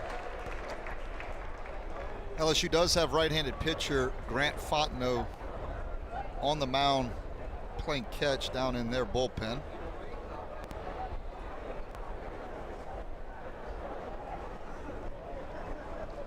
The 0-1 pitch. High above the letters. 1 ball, 1 strike with a fastball. Yeah, 89 pitches on the afternoon for William Schmidt, so he's been really effective and throwing a ton of strikes. Quick turn and throw. Check on the runner in Bach, who's 9 for 10. Certainly a base stealing threat here, depending on how aggressive Monty Lee wants to be. Down 5 runs here in the top of the 6th inning. Yeah, he's about the only threat for South Carolina to steal a base. From the stretch, the 1-1 pitch. And on the hands and fouled back off the bat of LaCroix. It's now 1 ball, 2 strikes. Fans, when the Tigers win, you win. Enter promo code LSU50 the day after an LSU baseball victory. You'll receive 50% off your online pizza order at papajohns.com. Better ingredients, better pizza. Papa John's. Again, the wind continuing to howl here, blowing in towards home plate. The 1-2 delivery. Again upstairs and able to hold back is LaCroix. That'll leave in the count 2-2. Yeah, it makes it tough for an offense like South Carolina. Again, they don't steal a lot of bases, so when you get this wind howling in from center field, and it makes it tough to put up runs or manufacture runs in a lot of different ways. 2-2 pitch. This one a one-hopper to Milam. Flipping option style. Ruckert's throw to first in time for another twin killing by the LSU defense. And another beauty from Milam to Ruckert to Braun. Yeah, he's just fun to watch. Again, we saw him with the barehanded play an inning or so ago, and a ball hit right on the money by South Carolina's LaCroix. He's always under control. Seems to always know what to do with the baseball, always in the right spot. And a big twin killing. That's the pitcher's best friend, as they say. And William Schmidt, nobody happier than him on the mound. So with 2 gone, Ethan Lozama, the senior, stands in. First pitch to the left-hander, absolutely ripped, but foul right of first base. Down the line into right. Got all of that one, just couldn't line it up the way he wanted to, and it's 0-1, the long walk back to the plate. He's asking Coach Lee if he'll take a review, but again, it was ruled foul. Don't believe that's a reviewable play. Wasn't touched by Braun at first. Well, the problem is the greenback down there now at first base makes first base look twice as big. So it was close. I do think the first base umpire got it right. The 0-1 pitch. That one down in the dirt. Got away from Cerna. Now 1 ball and 1 strike to Lozama. Softball wins 25-0. Wow, big win for LSU softball today. 25-0. Game final against Auburn. Did they go for 2 in the fourth quarter, or did they just elect to kick the extra point? The offense ready to go after they have to play 2 today. Here's the 2-1. Again, out in front. Got all of it, but fouled on the right field line. 2 balls, 2 strikes now the count to Lozama, who had the RBI double for the Gamecocks to get him on the board in the first. It's a strikeout victim to Schmidt back in the 4th inning. He's got 7 on the day, does William. Going to move the infield right of second base. And now they have Ruckert playing a rover into right center field. Here's the swing and just getting a piece, and maybe a piece of Cerna. Off the bat, Omar a little slow getting up, but appears to be all right. Still, the count remains 2-2. And one of the better fastballs from William Schmidt of the afternoon, 96 miles an hour. It was down in the zone, and Lozama did a nice job of fouling it off. It was a heck of a pitch. So with 2 outs and nobody on, Schmidt, the 2-2. Ground ball. It'll hit to Milam, right of second base in the shift, and he'll take his time, throw to Braun. Easy doing, out number 3. The Gamecocks, no runs, 1 hit. They leave nobody on. We move now to the bottom of the 6th inning. It's a 6-1 LSU lead. Tigers coming to the plate. Top of the order, Braun, Cerna, and Curiel. When we return, this is Fighting Tiger Baseball. Everyone has their own favorite way to experience Louisiana. For some, it's the taste of hot beignets with a creamy cafe au lait. For others, it's swaying to the music of brass bands, Zydeco, and all the music in between. It's boating on the bayou, weaving your way through festivals, road tripping in pursuit of the greatest gumbo. Whoever you are, whatever you crave, Louisiana will feed your soul. Go to findyourlouisiana.com to plan your visit today. In the SEC, it just means more. But what is it exactly? It's the fans, the students, the traditions, the legends. It's passion to celebrate deeper, reach farther, think smarter, make an impact off the field.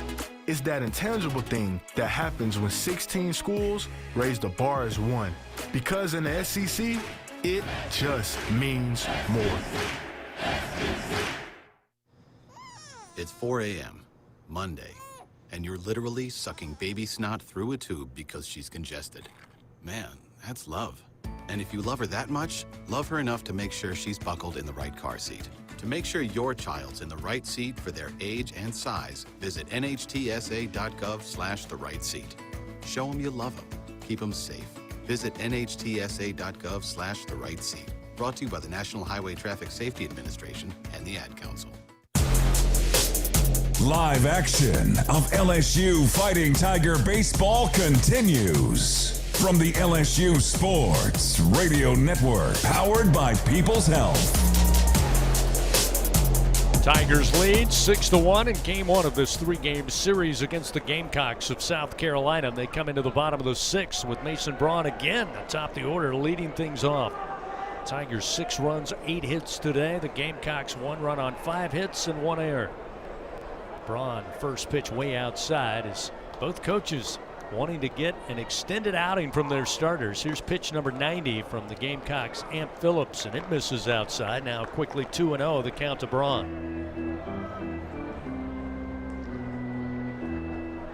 William Schmidt, by the way, didn't get a chance last time. He's thrown 97 pitches, 61 of them for strikes so far here in today's game. Here's the 2-0. Again, trying to catch that outside corner.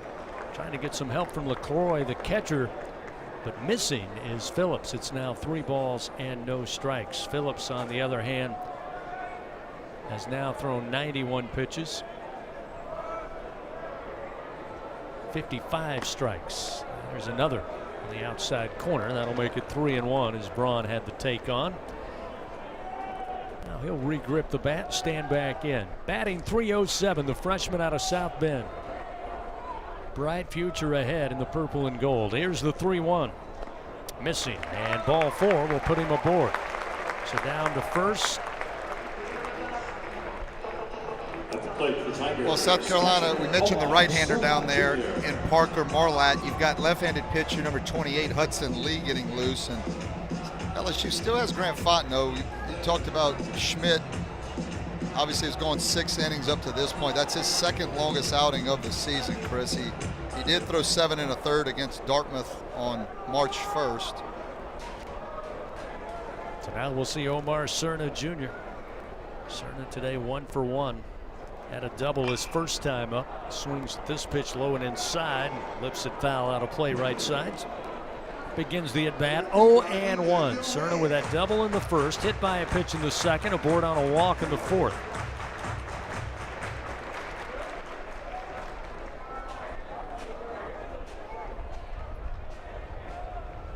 He's come around to score on 3 occasions in today's game. 3 of LSU's 6 runs. Represented by the true freshman. This pitch in on the hands. Evens a count 1-1.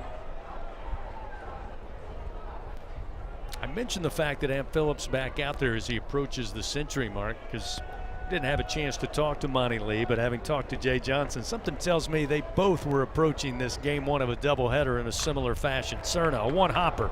Snag, nope. It'll be handed in the glove, so it wasn't a 1-hopper. It's a line drive, and they're going to double up the Tigers. So the Gamecocks make the play as Evans again was shaded towards second base, able to get over there.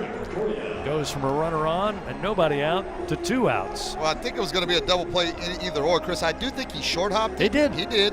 And then he was able just to touch second base. And I mean, yeah, once he caught the ball, it was as tailor-made as it gets now. It was a hard-hit baseball, and Evans still had to short hop it. But once he caught it cleanly, it was going to be a double play, no problem. Yeah, that one made easier than Milam had earlier in the game. Basically caught it 1 step, foot on the bag to turn 2. That'll bring Curiel to the plate, who's been effective today, but now nobody on. He's got to extend the inning. Phillips, the 0-1. This is outside. 1 ball, 1 strike. Well, you're right, Chris. Phillips, other than the first couple innings, I mean, he's done really a nice job over the last couple innings of keeping the score there. Now, South Carolina's offense has had to battle against William Schmidt, who's been really good this afternoon. A 1-1. Fastball missed outside. Make it 2-1 to Curiel. Grounded out to Patrick Evans at second in the first. Had a single with an RBI in the second. Able to get aboard on a fielder's choice with a run scoring. He's got 2 RBI and 1 run scored today. The 2-1 pitch misses low. 3-1 now to Curiel. The average up to 346 on the season. And one of the few constants offensively for LSU so far this year. Here's the 3-1 pitch. Lifted in the air, shallow left field.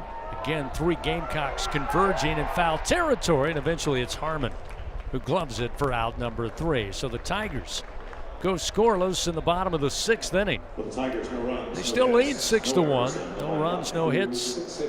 Nobody left on base. We move now to the top of the 7th. Carolina coming to the plate. They'll have 5, 6, and 7 in their order. Harmon, Scobie, and Evans. This is Fighting Tiger Baseball. When you shop Albertsons online or in our app, you can count on us to have freshly picked high-quality ingredients ready for pickup or delivery in as little as 30 minutes. Plus, save $30 off your first online order and let Albertsons take the hassle out of shopping while racking up the savings. With free pickup or delivery, you will always get the same great prices, deals, and rewards as in-store. Shop online at Albertsons.com or in the app. Albertsons, fresh foods, local flavors. Ew, it's a roach! Fear not. Champ is here. Your weapon is Bengal Roach Spray. Bengal spray technology is designed to flush out the entire colony. targeting the source of the problem, making sure these pests don't die unseen in your walls, ensuring far-reaching results that prevent infestations from returning. Now that you're all protected, my job here is done. Bingle, the official pest control of LSU athletics. In a region famous for its cuisine, Blue Plate Mayo has been a staple since 1927. From New Orleans to Lafayette, Houma to Baton Rouge, it's the mayo Louisiana reaches for when it's time to make something delicious. Whether it's dressing a po' boy or making that perfect dipping sauce for crawfish, it has to be Blue Plate.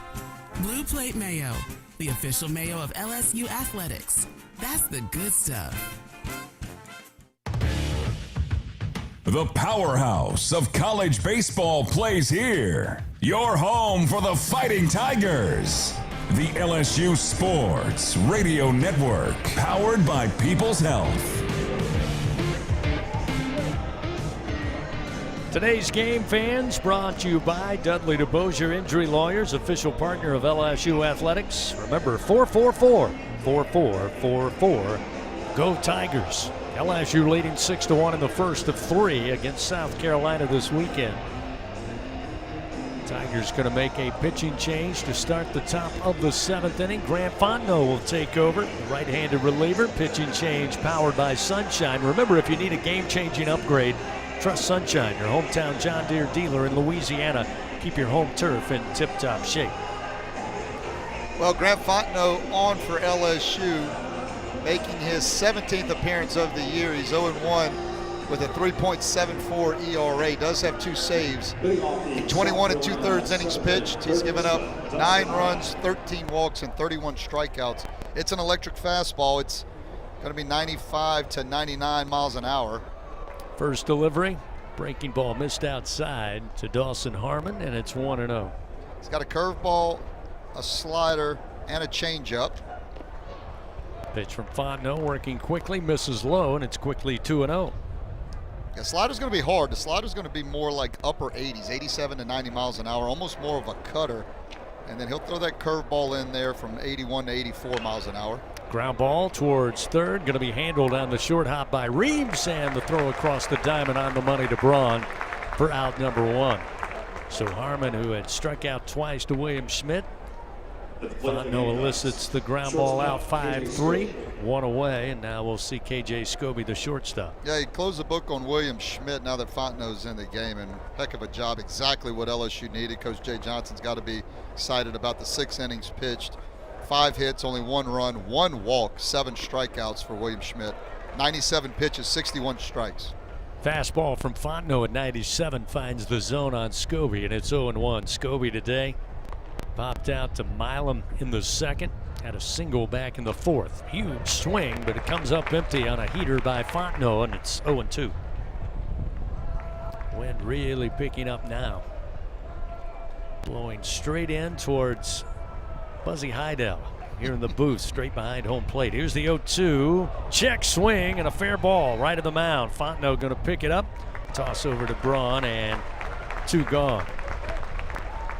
Scobie that time almost like a defensive move, thought about swinging and then try to turn his head and just got the contact. It went fair, and he was slow getting out of the gate. Didn't have a good start to his derby run there.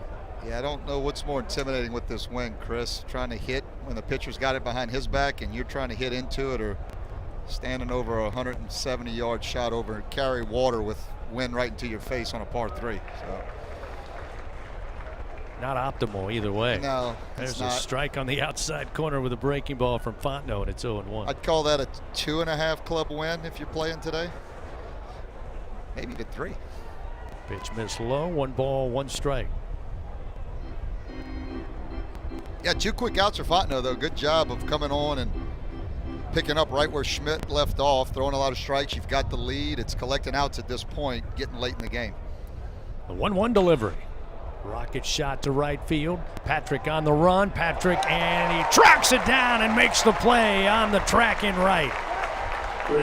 Boy, that was a long run. The ball kept carrying. The wind kept pushing it towards the corner, and Patrick had his eyes locked in and got the glove on it. Makes a sensational play out in right. That'll do it for the Gamecocks. No runs, no hits, nobody on base. It's time to stretch it out here at the box. Bottom of the 7th coming up. Tigers coming to the plate. Aaron Beatty, Milam, and Harden due up. 6-1. Tigers lead. This is Fighting Tiger Baseball. Hey, Tiger fans 12 and younger, don't miss your chance to be a part of Mike's Kids Club. Presented by Shell, the exclusive kids club of LSU Athletics. Join Mike's Kids Club for only $25. Get the official Mike's Kids Club t-shirt, free admission to select LSU athletic events, and much, much more. To learn about upcoming events and to join, please visit lsumkc.com. The Mike's Kids Club, presented by Shell. Squeeze every ounce of life out of every day. Memorize every sunset, every face you love, and climb every obstacle until you can't go higher. With Louisiana Blue, you're free to soar because you've got the compassion of the cross, the security of the shield, and the comfort of blue behind you. Live Louisiana. We've got you. Louisiana Blue. Louisiana True.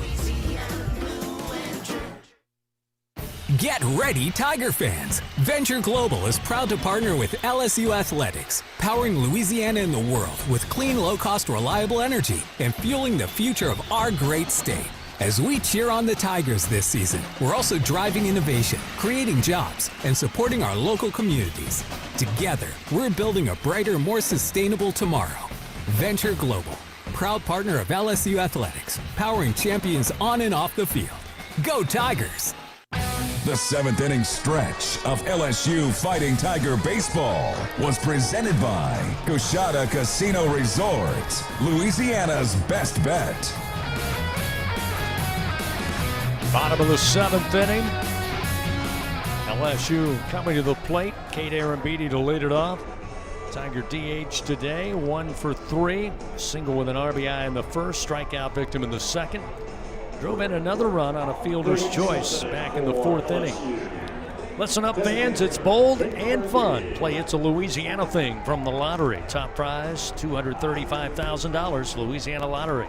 Celebrating 35 years of reasons to smile. Must be at least 21 to purchase. Aaron Beatty takes the first pitch offered up by the new Gamecock pitcher, Parker Marlott. And it's a called strike, and it's 0-1.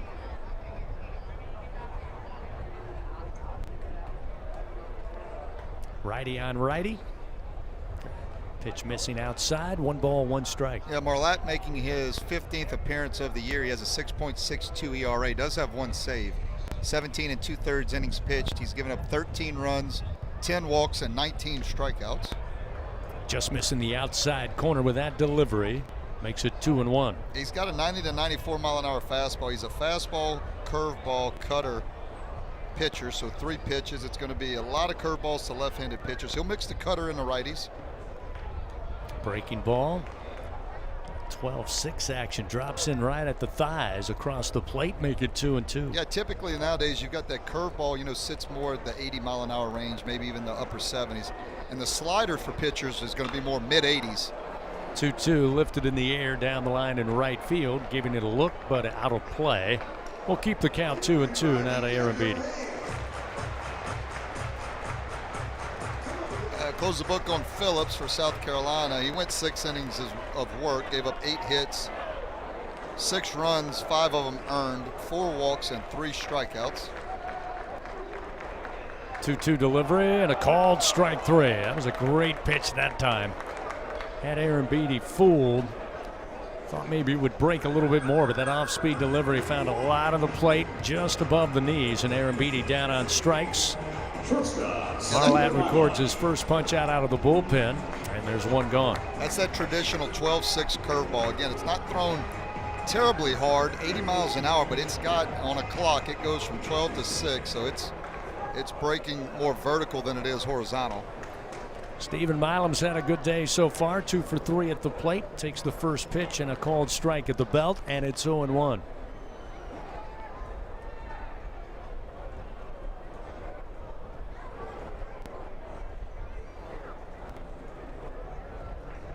The 0-1 delivery, and on the hands with a fastball, and he fouls it back. 0-2. Milam a single in the first inning. Drove in a couple of runs with a single in the second before flying out to center field and Tyler Bach last time in the fourth inning. Behind in the count here, 0-2. The pitch. Ground ball, but right of the line. Foul down the first base line. It's still 0-2. Yeah, LSU been in cruise control for a while now, really since that first inning when South Carolina was able to put up a run. After getting 2 quick outs in that first, they hit back-to-back doubles. But since then, LSU been in cruise control, but only a 5-run lead. So, and we talk about it all the time in college baseball, no lead is safe. There's a called strike 3 with another impressive breaking ball offered up by Marlatt. And that'll be strike 3, and Milam quickly turn and head to the dugout. So 2 gone here in the bottom of the 7th inning. And we'll see Daniel Harden. Harden, the junior out of Prairieville, inserted into the game defensively for Edward Yaman, who started the game. So this will be his first at-bat in the 6th spot. Yeah, I always thought a traditional overhand curveball was tougher to hit than really the sliders. Harden swings at the first pitch, puts this one high in the air, again near foul territory, full speed sprint, and crashing into the screen. And did he make the catch? Yes, he did. Excellent job by KJ Scobie. Full sprint into the screen down there at the VIP seating. He's a little slow after he went right into the screen, but he's on his feet and he held on for out number 3. So the Tigers go quickly in the 7th inning. No runs, no hits, nobody on base. We played 7 complete. Head to the top of the 8th here in Game 1 of Saturday's doubleheader with LSU leading 6-1. This is Fighting Tiger Baseball. The games are on, the food's delicious, and here you are always part of the team. Welcome to Walk On Sports Bistro, where every day is game day. Whether it's a post-win celebration, drinks after work, or taking the fam for some made-from-scratch favorites, Walk On's is your go-to for good times. Craft beer and cocktails, and bold flavors for fans of all ages, from melty mozzarella logs to Hall of Fame level burgers. Stop by today or order online or in the app. Walk On Sports Bistro. Game on.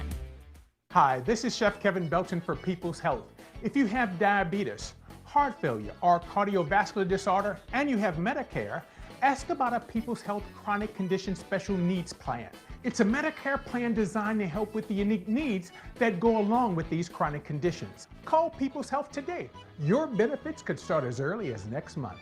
Plans are insured through United Healthcare Insurance Company or one of its affiliated companies, a Medicare Advantage organization with a Medicare contract. Enrollment in the plan depends on the plan's contract renewal with Medicare. My name is Trina. I'm from New Orleans, and I've been with Blue Cross Blue Shield for almost a year.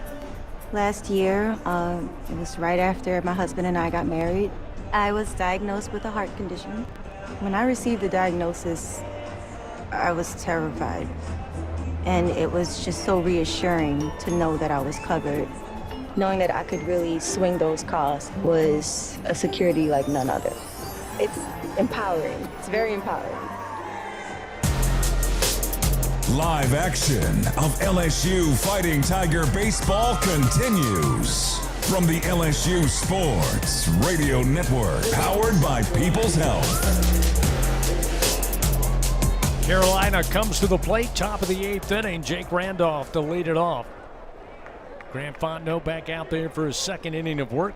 And the first pitch off speed, a little inside. Starts off Randolph, 1 ball, no strikes. Today, the Carolina DH popped out foul territory to Braun in the 2nd, grounded out to Milam on a nice play in the 5th inning. There's a strike from Fontenot, and it evens it up, 1 ball and 1 strike. Buzzy, you got your pick for today's run for the Roses? Take that as a no.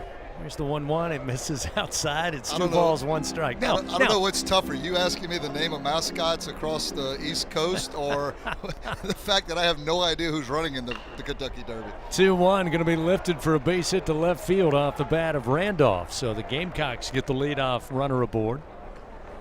I do always love the names of the horses, though. I think they're very clever. Got a good feel. I guess Renegade at the last check was maybe the favorite. All I do know, though, I'm more interested in watching just the race, and we'll be very close. As things sit here right now, we're scheduled for a 6 o'clock airtime for Game 2 tonight. And if everything goes off without a hitch in Louisville, there's a strike to Uhas. Start him off 0-1. 5:57. The bells will ring, gates will open, and maybe just before we hit the air, we'll see the winner of this year's running of the Kentucky Derby. Runner at first. Here's the 0-1. Pitch is high. 1 ball, 1 strike. Fastball from Fontenot at 95. Uhas a strikeout victim to Schmidt in the 3rd and again in the 5th. So see if he can find a better result here against Grant Fontenot. The big right-hander doesn't want so. There's the 1-1. Missing low and away. 2-1. Fans, find out how you can build a better workday every day with Cintas. Just visit Cintas.com. Get ready for the workday. 2-1 the count. Runner at first, nobody out. Pitch rides high from Fontenot. 3 balls, 1 strike. LSU does have left-handed pitcher, number 28, Danny Lockenmeyer, getting loose down in their bullpen. 3-1. That fastball quickly in for a strike. That'll fill it up 3-2. Yeah, the velocity never a problem for Grant Fontenot. I mean, it's always 95 to 99 miles an hour. That last pitch at 96, so it's jumping out of his hand. The payoff delivery, ground ball, could be 2, but Milam bobbled it momentarily, and the toss to Ruckert. He took his eye off of it, can't hold on, and the runner is safe. Randolph into second base. And Milam just distraught with himself. He just can see the frustration. It's not something that happens very often in a season, and in fact, very often in his career. Ruckert, I think, was just trying to check to see where Randolph was, or maybe seeing which way he was sliding in. He took his eye off it, hit him in the heel of the glove, and he couldn't hold on. Yeah, you remember this because you won't see that a whole lot. That's actually, I know it goes down as his 2nd error of the year. I actually believe that's his first true fielding error. I think his first error came on a throw, a wild throw, but that one was a little bit of a tricky hop. And if I always say if Stephen Milam can't make the play, there's not a whole lot of them out there that can. But yeah, tough break because that probably was going to be a double play ball for Grant Fontenot. So now Gamecocks have runners 1st and 2nd. That'll bring Nate Yeske again out of the dugout. Visit with Fontenot and the Tiger infield on the mound here as Carolina flips over the lineup. Will Craddock now coming to the plate. He's 1 for 3 on the day. Yeah, and it's funny. I mean, we talk about how LSU's been in cruise control, and this is why baseball is such just an interesting sport, because as really dominant as they've been all game, you look up, there's a couple South Carolina Gamecocks on the bases. You got some guys coming up for South Carolina that that can leave the park, and first thing you know, if one of these balls gets out of here, which would be a tall task with the wind, but you're looking at a 1 or 2 run ball game. Craddock now stands in. Fontenot delivers, and the spinner finds the strike to start him off 0-1. Craddock, who had the pop up for a single on the infield grass in the 1st, since then been aboard on 2 occasions. Last time in the 5th, grounded out to Ruckert. Gets a hold of this one, sends it in the air to left field, but again into the teeth of the wind. Harden goes back, and Harden settles under it and has it for the 1st out of the inning. Everyone retreats back to 2nd and 1st for the Gamecocks. Yeah, I think a couple things were working against Craddock right there. I do think it was a little bit off the end of the bat, and of course we've mentioned it all day, but the wind just killed that ball to left field. So big out there for LSU. Tyler Bach back to the plate. He's 1 for 2. Had a single last time in the 5th inning. Again, they're down 5 runs. Runners 1st and 2nd with just 1 out. Fontenot finds the zone, catches the inside corner, and it's 0-1.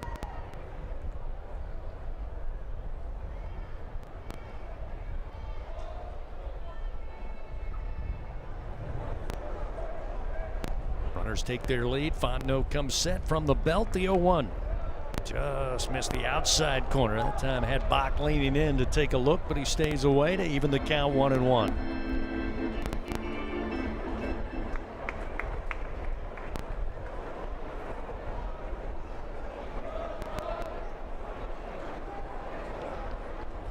Fontenot checks the runner at 2nd. Now the 1-1 pitch. Fastball. Fouled back into the screen. That'll get Grant ahead. 1 ball, 2 strikes. Remember, fans, things will heat up eventually. We hit those summer months, but whenever you're ready to cool it down, just count on Slow Melt Ice. Check them out online, slowmeltice.com, SLOMELTICE.com. 1-2. Above the letters, missing. Not by much, but that fastball a little up. It's now 2-2 to Tyler Bach. You got to be careful to the left-handed hitter. I think down the right field line's about the only place it's going to be a semi-easy to get the ball out of the yard. 2-2 pitch. Again, missing high, and that'll fill the count now. The Gamecock center fielder.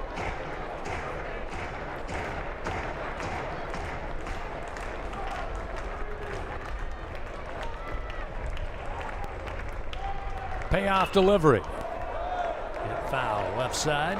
Keeps it full.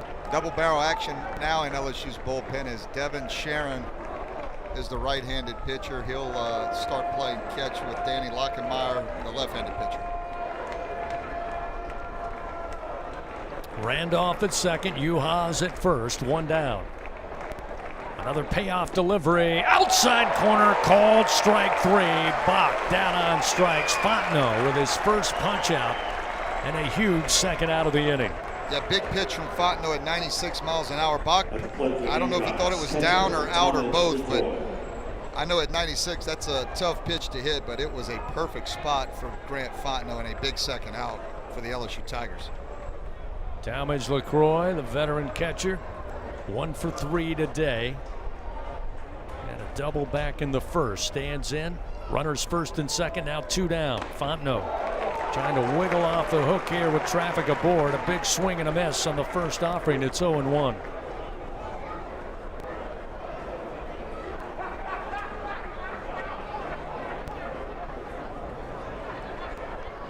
Fontenot kicks and fires. The 0-1 pitch outside. 1 ball, 1 strike.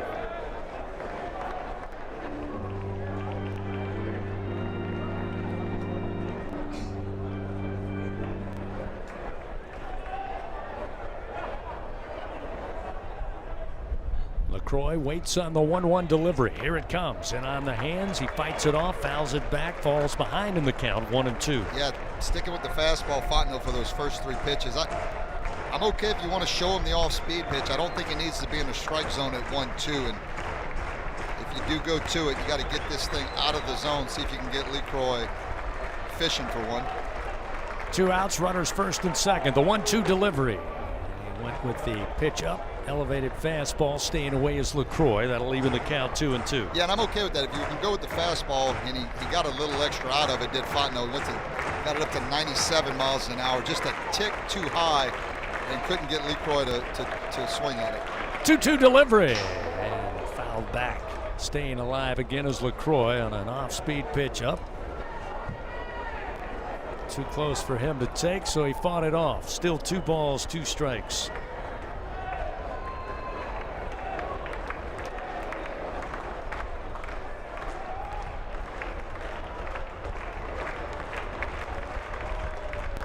The 2-2. And a swing and a miss. Down on strikes goes LaCroix. Chased one up and out, but Fontenot gets the strikeout. His second. The Gamecocks, a little traffic they threaten, but no runs on 1 hit. They strand 2 runners. The Tigers with 1 error, their first of the day. We head to the bottom of the 8th. LSU leading 6-1. This is Fighting Tiger Baseball. Everyone has their own favorite way to experience Louisiana. For some, it's the taste of hot beignets with a creamy cafe au lait. For others, it's swaying to the music of brass bands, Zydeco, and all the music in between. It's boating on the bayou, weaving your way through festivals, road tripping in pursuit of the greatest gumbo. Whoever you are, whatever you crave, Louisiana will feed your soul. Go to findyourlouisiana.com to plan your visit today. LSU Tiger fans are gearing up with real Tigers apparel and merchandise from the official online store at lsushop.net. Get jerseys, sideline gear, polos, t-shirts, hats, official team merchandise from Nike, accessories, and much more. Over 3,600 products, all shipped right to your door. Head to the place real Tiger fans go for the selection only real Tiger fans get at lsushop.net. Hey, wouldn't it be great if life came with a remote control? You know, you could hit pause when you needed to, or hit rewind, like that time you knocked down that wasp's nest. Uh-oh. Well, life doesn't always give you time to change the outcome, but prediabetes does. With early diagnosis and a few healthy changes, you can stop prediabetes before it leads to type 2 diabetes. To learn your risk, take the 1-minute test today at doihaveprediabetes.org. Brought to you by the Ad Council and its prediabetes awareness partners. The reigning national champs play here. Fighting Tiger Baseball on the LSU Sports Radio Network, powered by People's Health. Bottom of the 8th inning, game 1 of a doubleheader on Saturday. Tigers of LSU leading 6-1 over South Carolina. Jack Rucker will lead it off for LSU. The first pitch to the second baseman is a called strike. As again, Parker Marlatt continues on the mound, the right-hander, his second full inning, starts his second full inning of work. And the 0-1. Off speed for a strike. Quickly ahead, 0-2. Just for the record, go ahead. You can ride with my pick if you want. I'm going with Further Ado today. The 0-2. Breaking ball down in the dirt, blocked up. 1 ball, 2 strikes now to Ruckert, who earlier aboard on a walk in the first, grounded out to Craddock unassisted back in the third. Fly ball out to right field last time up. Pitch missing outside from Marlatt, now 2-2. So just so we're clear, is that your official pick? Like you're telling everybody that's the lock of the week? Oh no, I would never say no. It's just my pick. That's just what you're going for. Yeah.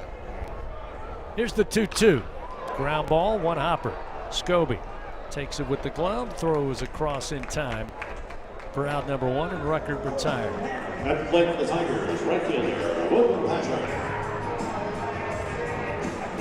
Earlier in the week, I was on the Puma, but the Puma got scratched, late scratch for the Derby today, so drop back.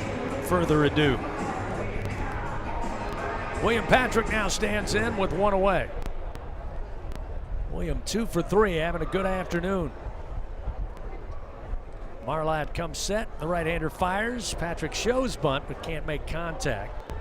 Falls behind in the count, 0-1.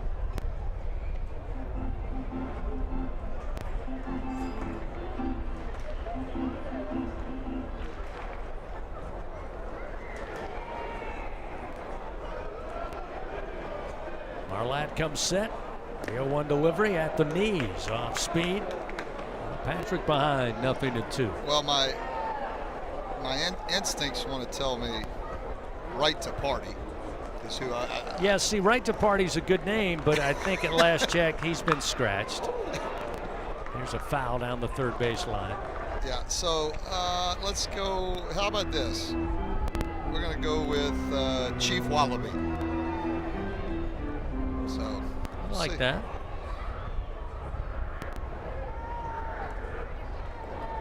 Oh, 0-2 the count to Patrick.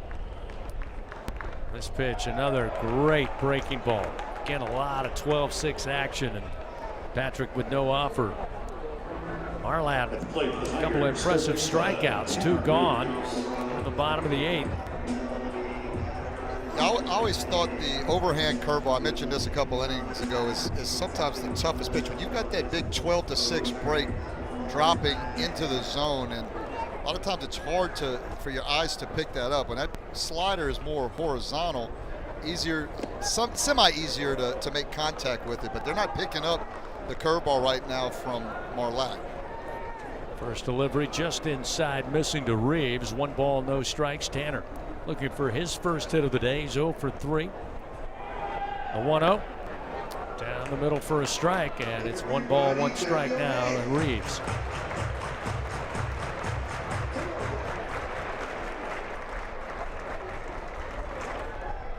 Two outs, nobody on for the Tigers here in the bottom of the 8th. The 1-1, that's going to hit him.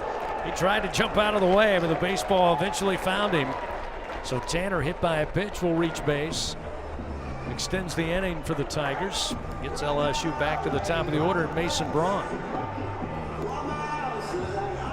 First baseman, And that's tough if you're Parker Marlatt. Kind of got in a groove there and then hit a batter. Yeah, those hurt too. Fastball around the shin area for Tanner Reeves as he's shaking it off down there at first base. But yeah, tip you hat to Marlatt again for South Carolina to come in here and he's throwing a lot of strikes. He's really got a good pitch in that overhand curveball that he's throwing for strikes. LSU's having a tough time picking it up. See if Braun can't figure something out though with 2 outs and maybe try to scratch another run across for LSU. First delivery to Mason upstairs, ball 1-0, and that's going to bring a mound visit out once again. Pitching coach Terry Rooney, who we all are certainly well aware, spent some time on the staff here at LSU. He's going to go out and check on Marlatt, who again got off to a strong start. It's interesting, you look at the stat line of this game. Carolina been held in check since that first inning. They broke on the board 1-0. LSU, all 6 of their runs, Buzzy, coming in the first 4 frames. And as we said, both teams going with extended starts from both pitchers. Well, talking with South Carolina too, some of their people in the program, they were saying actually one of the strengths of their program is actually their bullpen. They've got some guys out of that bullpen that they have a lot of confidence out of. Offensively, they could use a few better sticks here and there, starting pitching. Of course, everybody can always use more bats and arms, but he said out of that bullpen, they really got some guys that they trust and they like that have developed over this year. Marlatt throwing the ball nicely this afternoon. There's a strike to Braun. Comes back with a breaking ball after the pitching mound visit. That'll even the count. 1 ball and 1 strike. Braun, single in the first, a walk in the second, also aboard on a walk in the 6th. The 1-1 sails outside and high. Marlatt knew it when he let it go. It's now 2-1.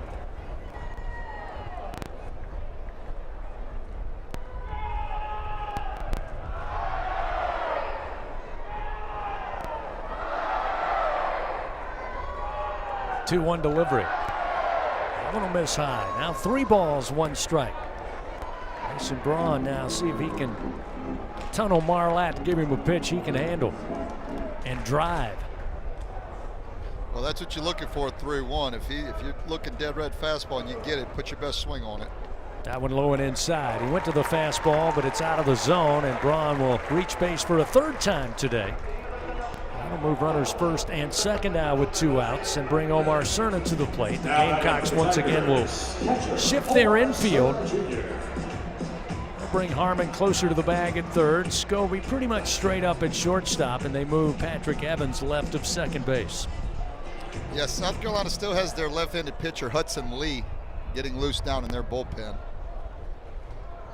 And Cerna went opposite field in the first inning with a double to the right center field gap. First pitch for Marlatt, a called strike at the belt, and it's 0-1. Second inning, he was hit by a pitch. 4th inning, aboard on a walk.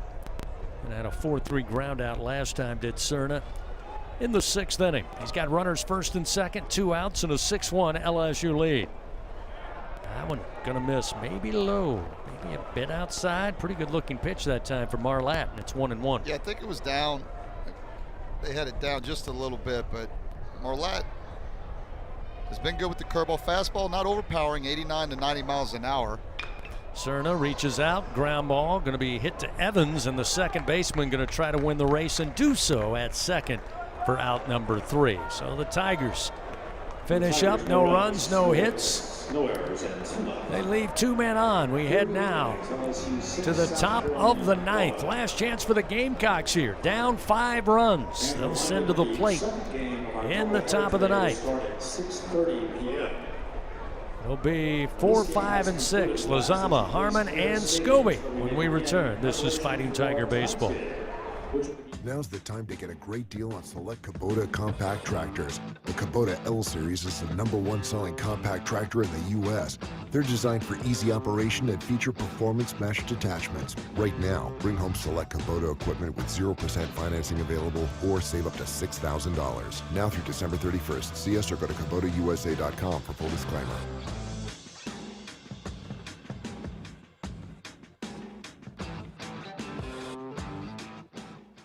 I'm Louisiana Attorney General Liz Murrill. Knowing the facts is the key to winning a case in court and also winning in life. To be a champion, you have to make good decisions, and one of those is to not vape. Vaping can destroy your lungs with toxic metals and chemicals. Some devices contain lead and nickel and even formaldehyde. Vaping can cause severe health problems, so choose to be a champion. Stay vape-free. Paid for by the Louisiana Department of Justice. Game day starts local. Just 2 miles from Tiger Stadium, Oxbow Rum Distillery is the official rum of LSU athletics. Handcrafted from Louisiana sugarcane grown right across the river. From cane to glass, every bottle is pure Louisiana pride. So, whether you're mixing up cocktails at your tailgate or joining us at the tasting room, make it a win for local flavor. Oxbow Rum Distillery, located downtown Baton Rouge. Go Tigers! The powerhouse of college baseball plays here. Your home for the Fighting Tigers. The LSU Sports Radio Network, powered by People's Health. Top of the 9th inning. Tigers leading 6-1. Lozama leads off for the Gamecocks. First pitch, he'll send high in the air to left field. Harden with an extended arm, able to hold on after he came over near the line and left to make the play. So 1 pitch and 1 down here in the top of the 9th inning. Again, if you're Jay Johnson, this is exactly the way you wanted it to play out.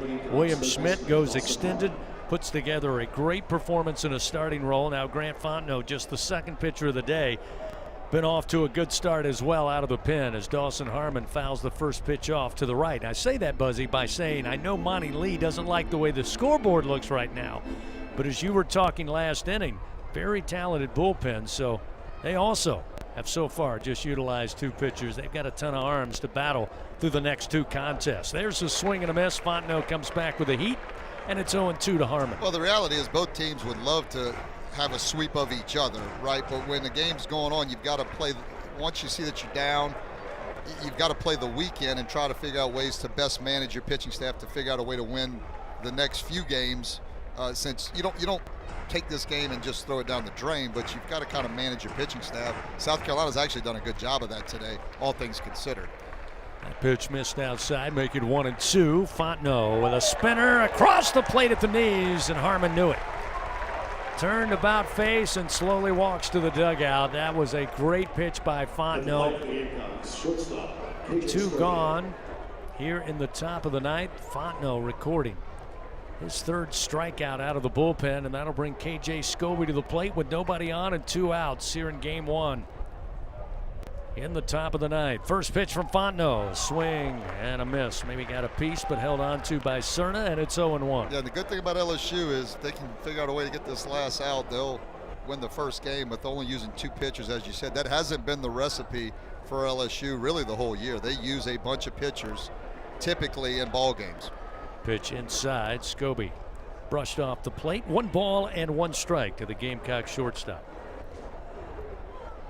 Had a single back in the 4th inning, 1 for 3 on the day. We'll put everything into this swing and foul it back on a fastball offering from Fontenot. Now the count 1 ball, 1 strike. A reminder, fans, don't let AC outages keep you on the bench this summer. Might get by with it today, but not for long. Text the words home run to 31996. Get a $59 AC system check from AccuTemp Services.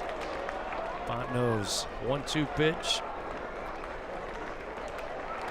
In the up and in. Evens a count now. 2 balls, 2 strikes.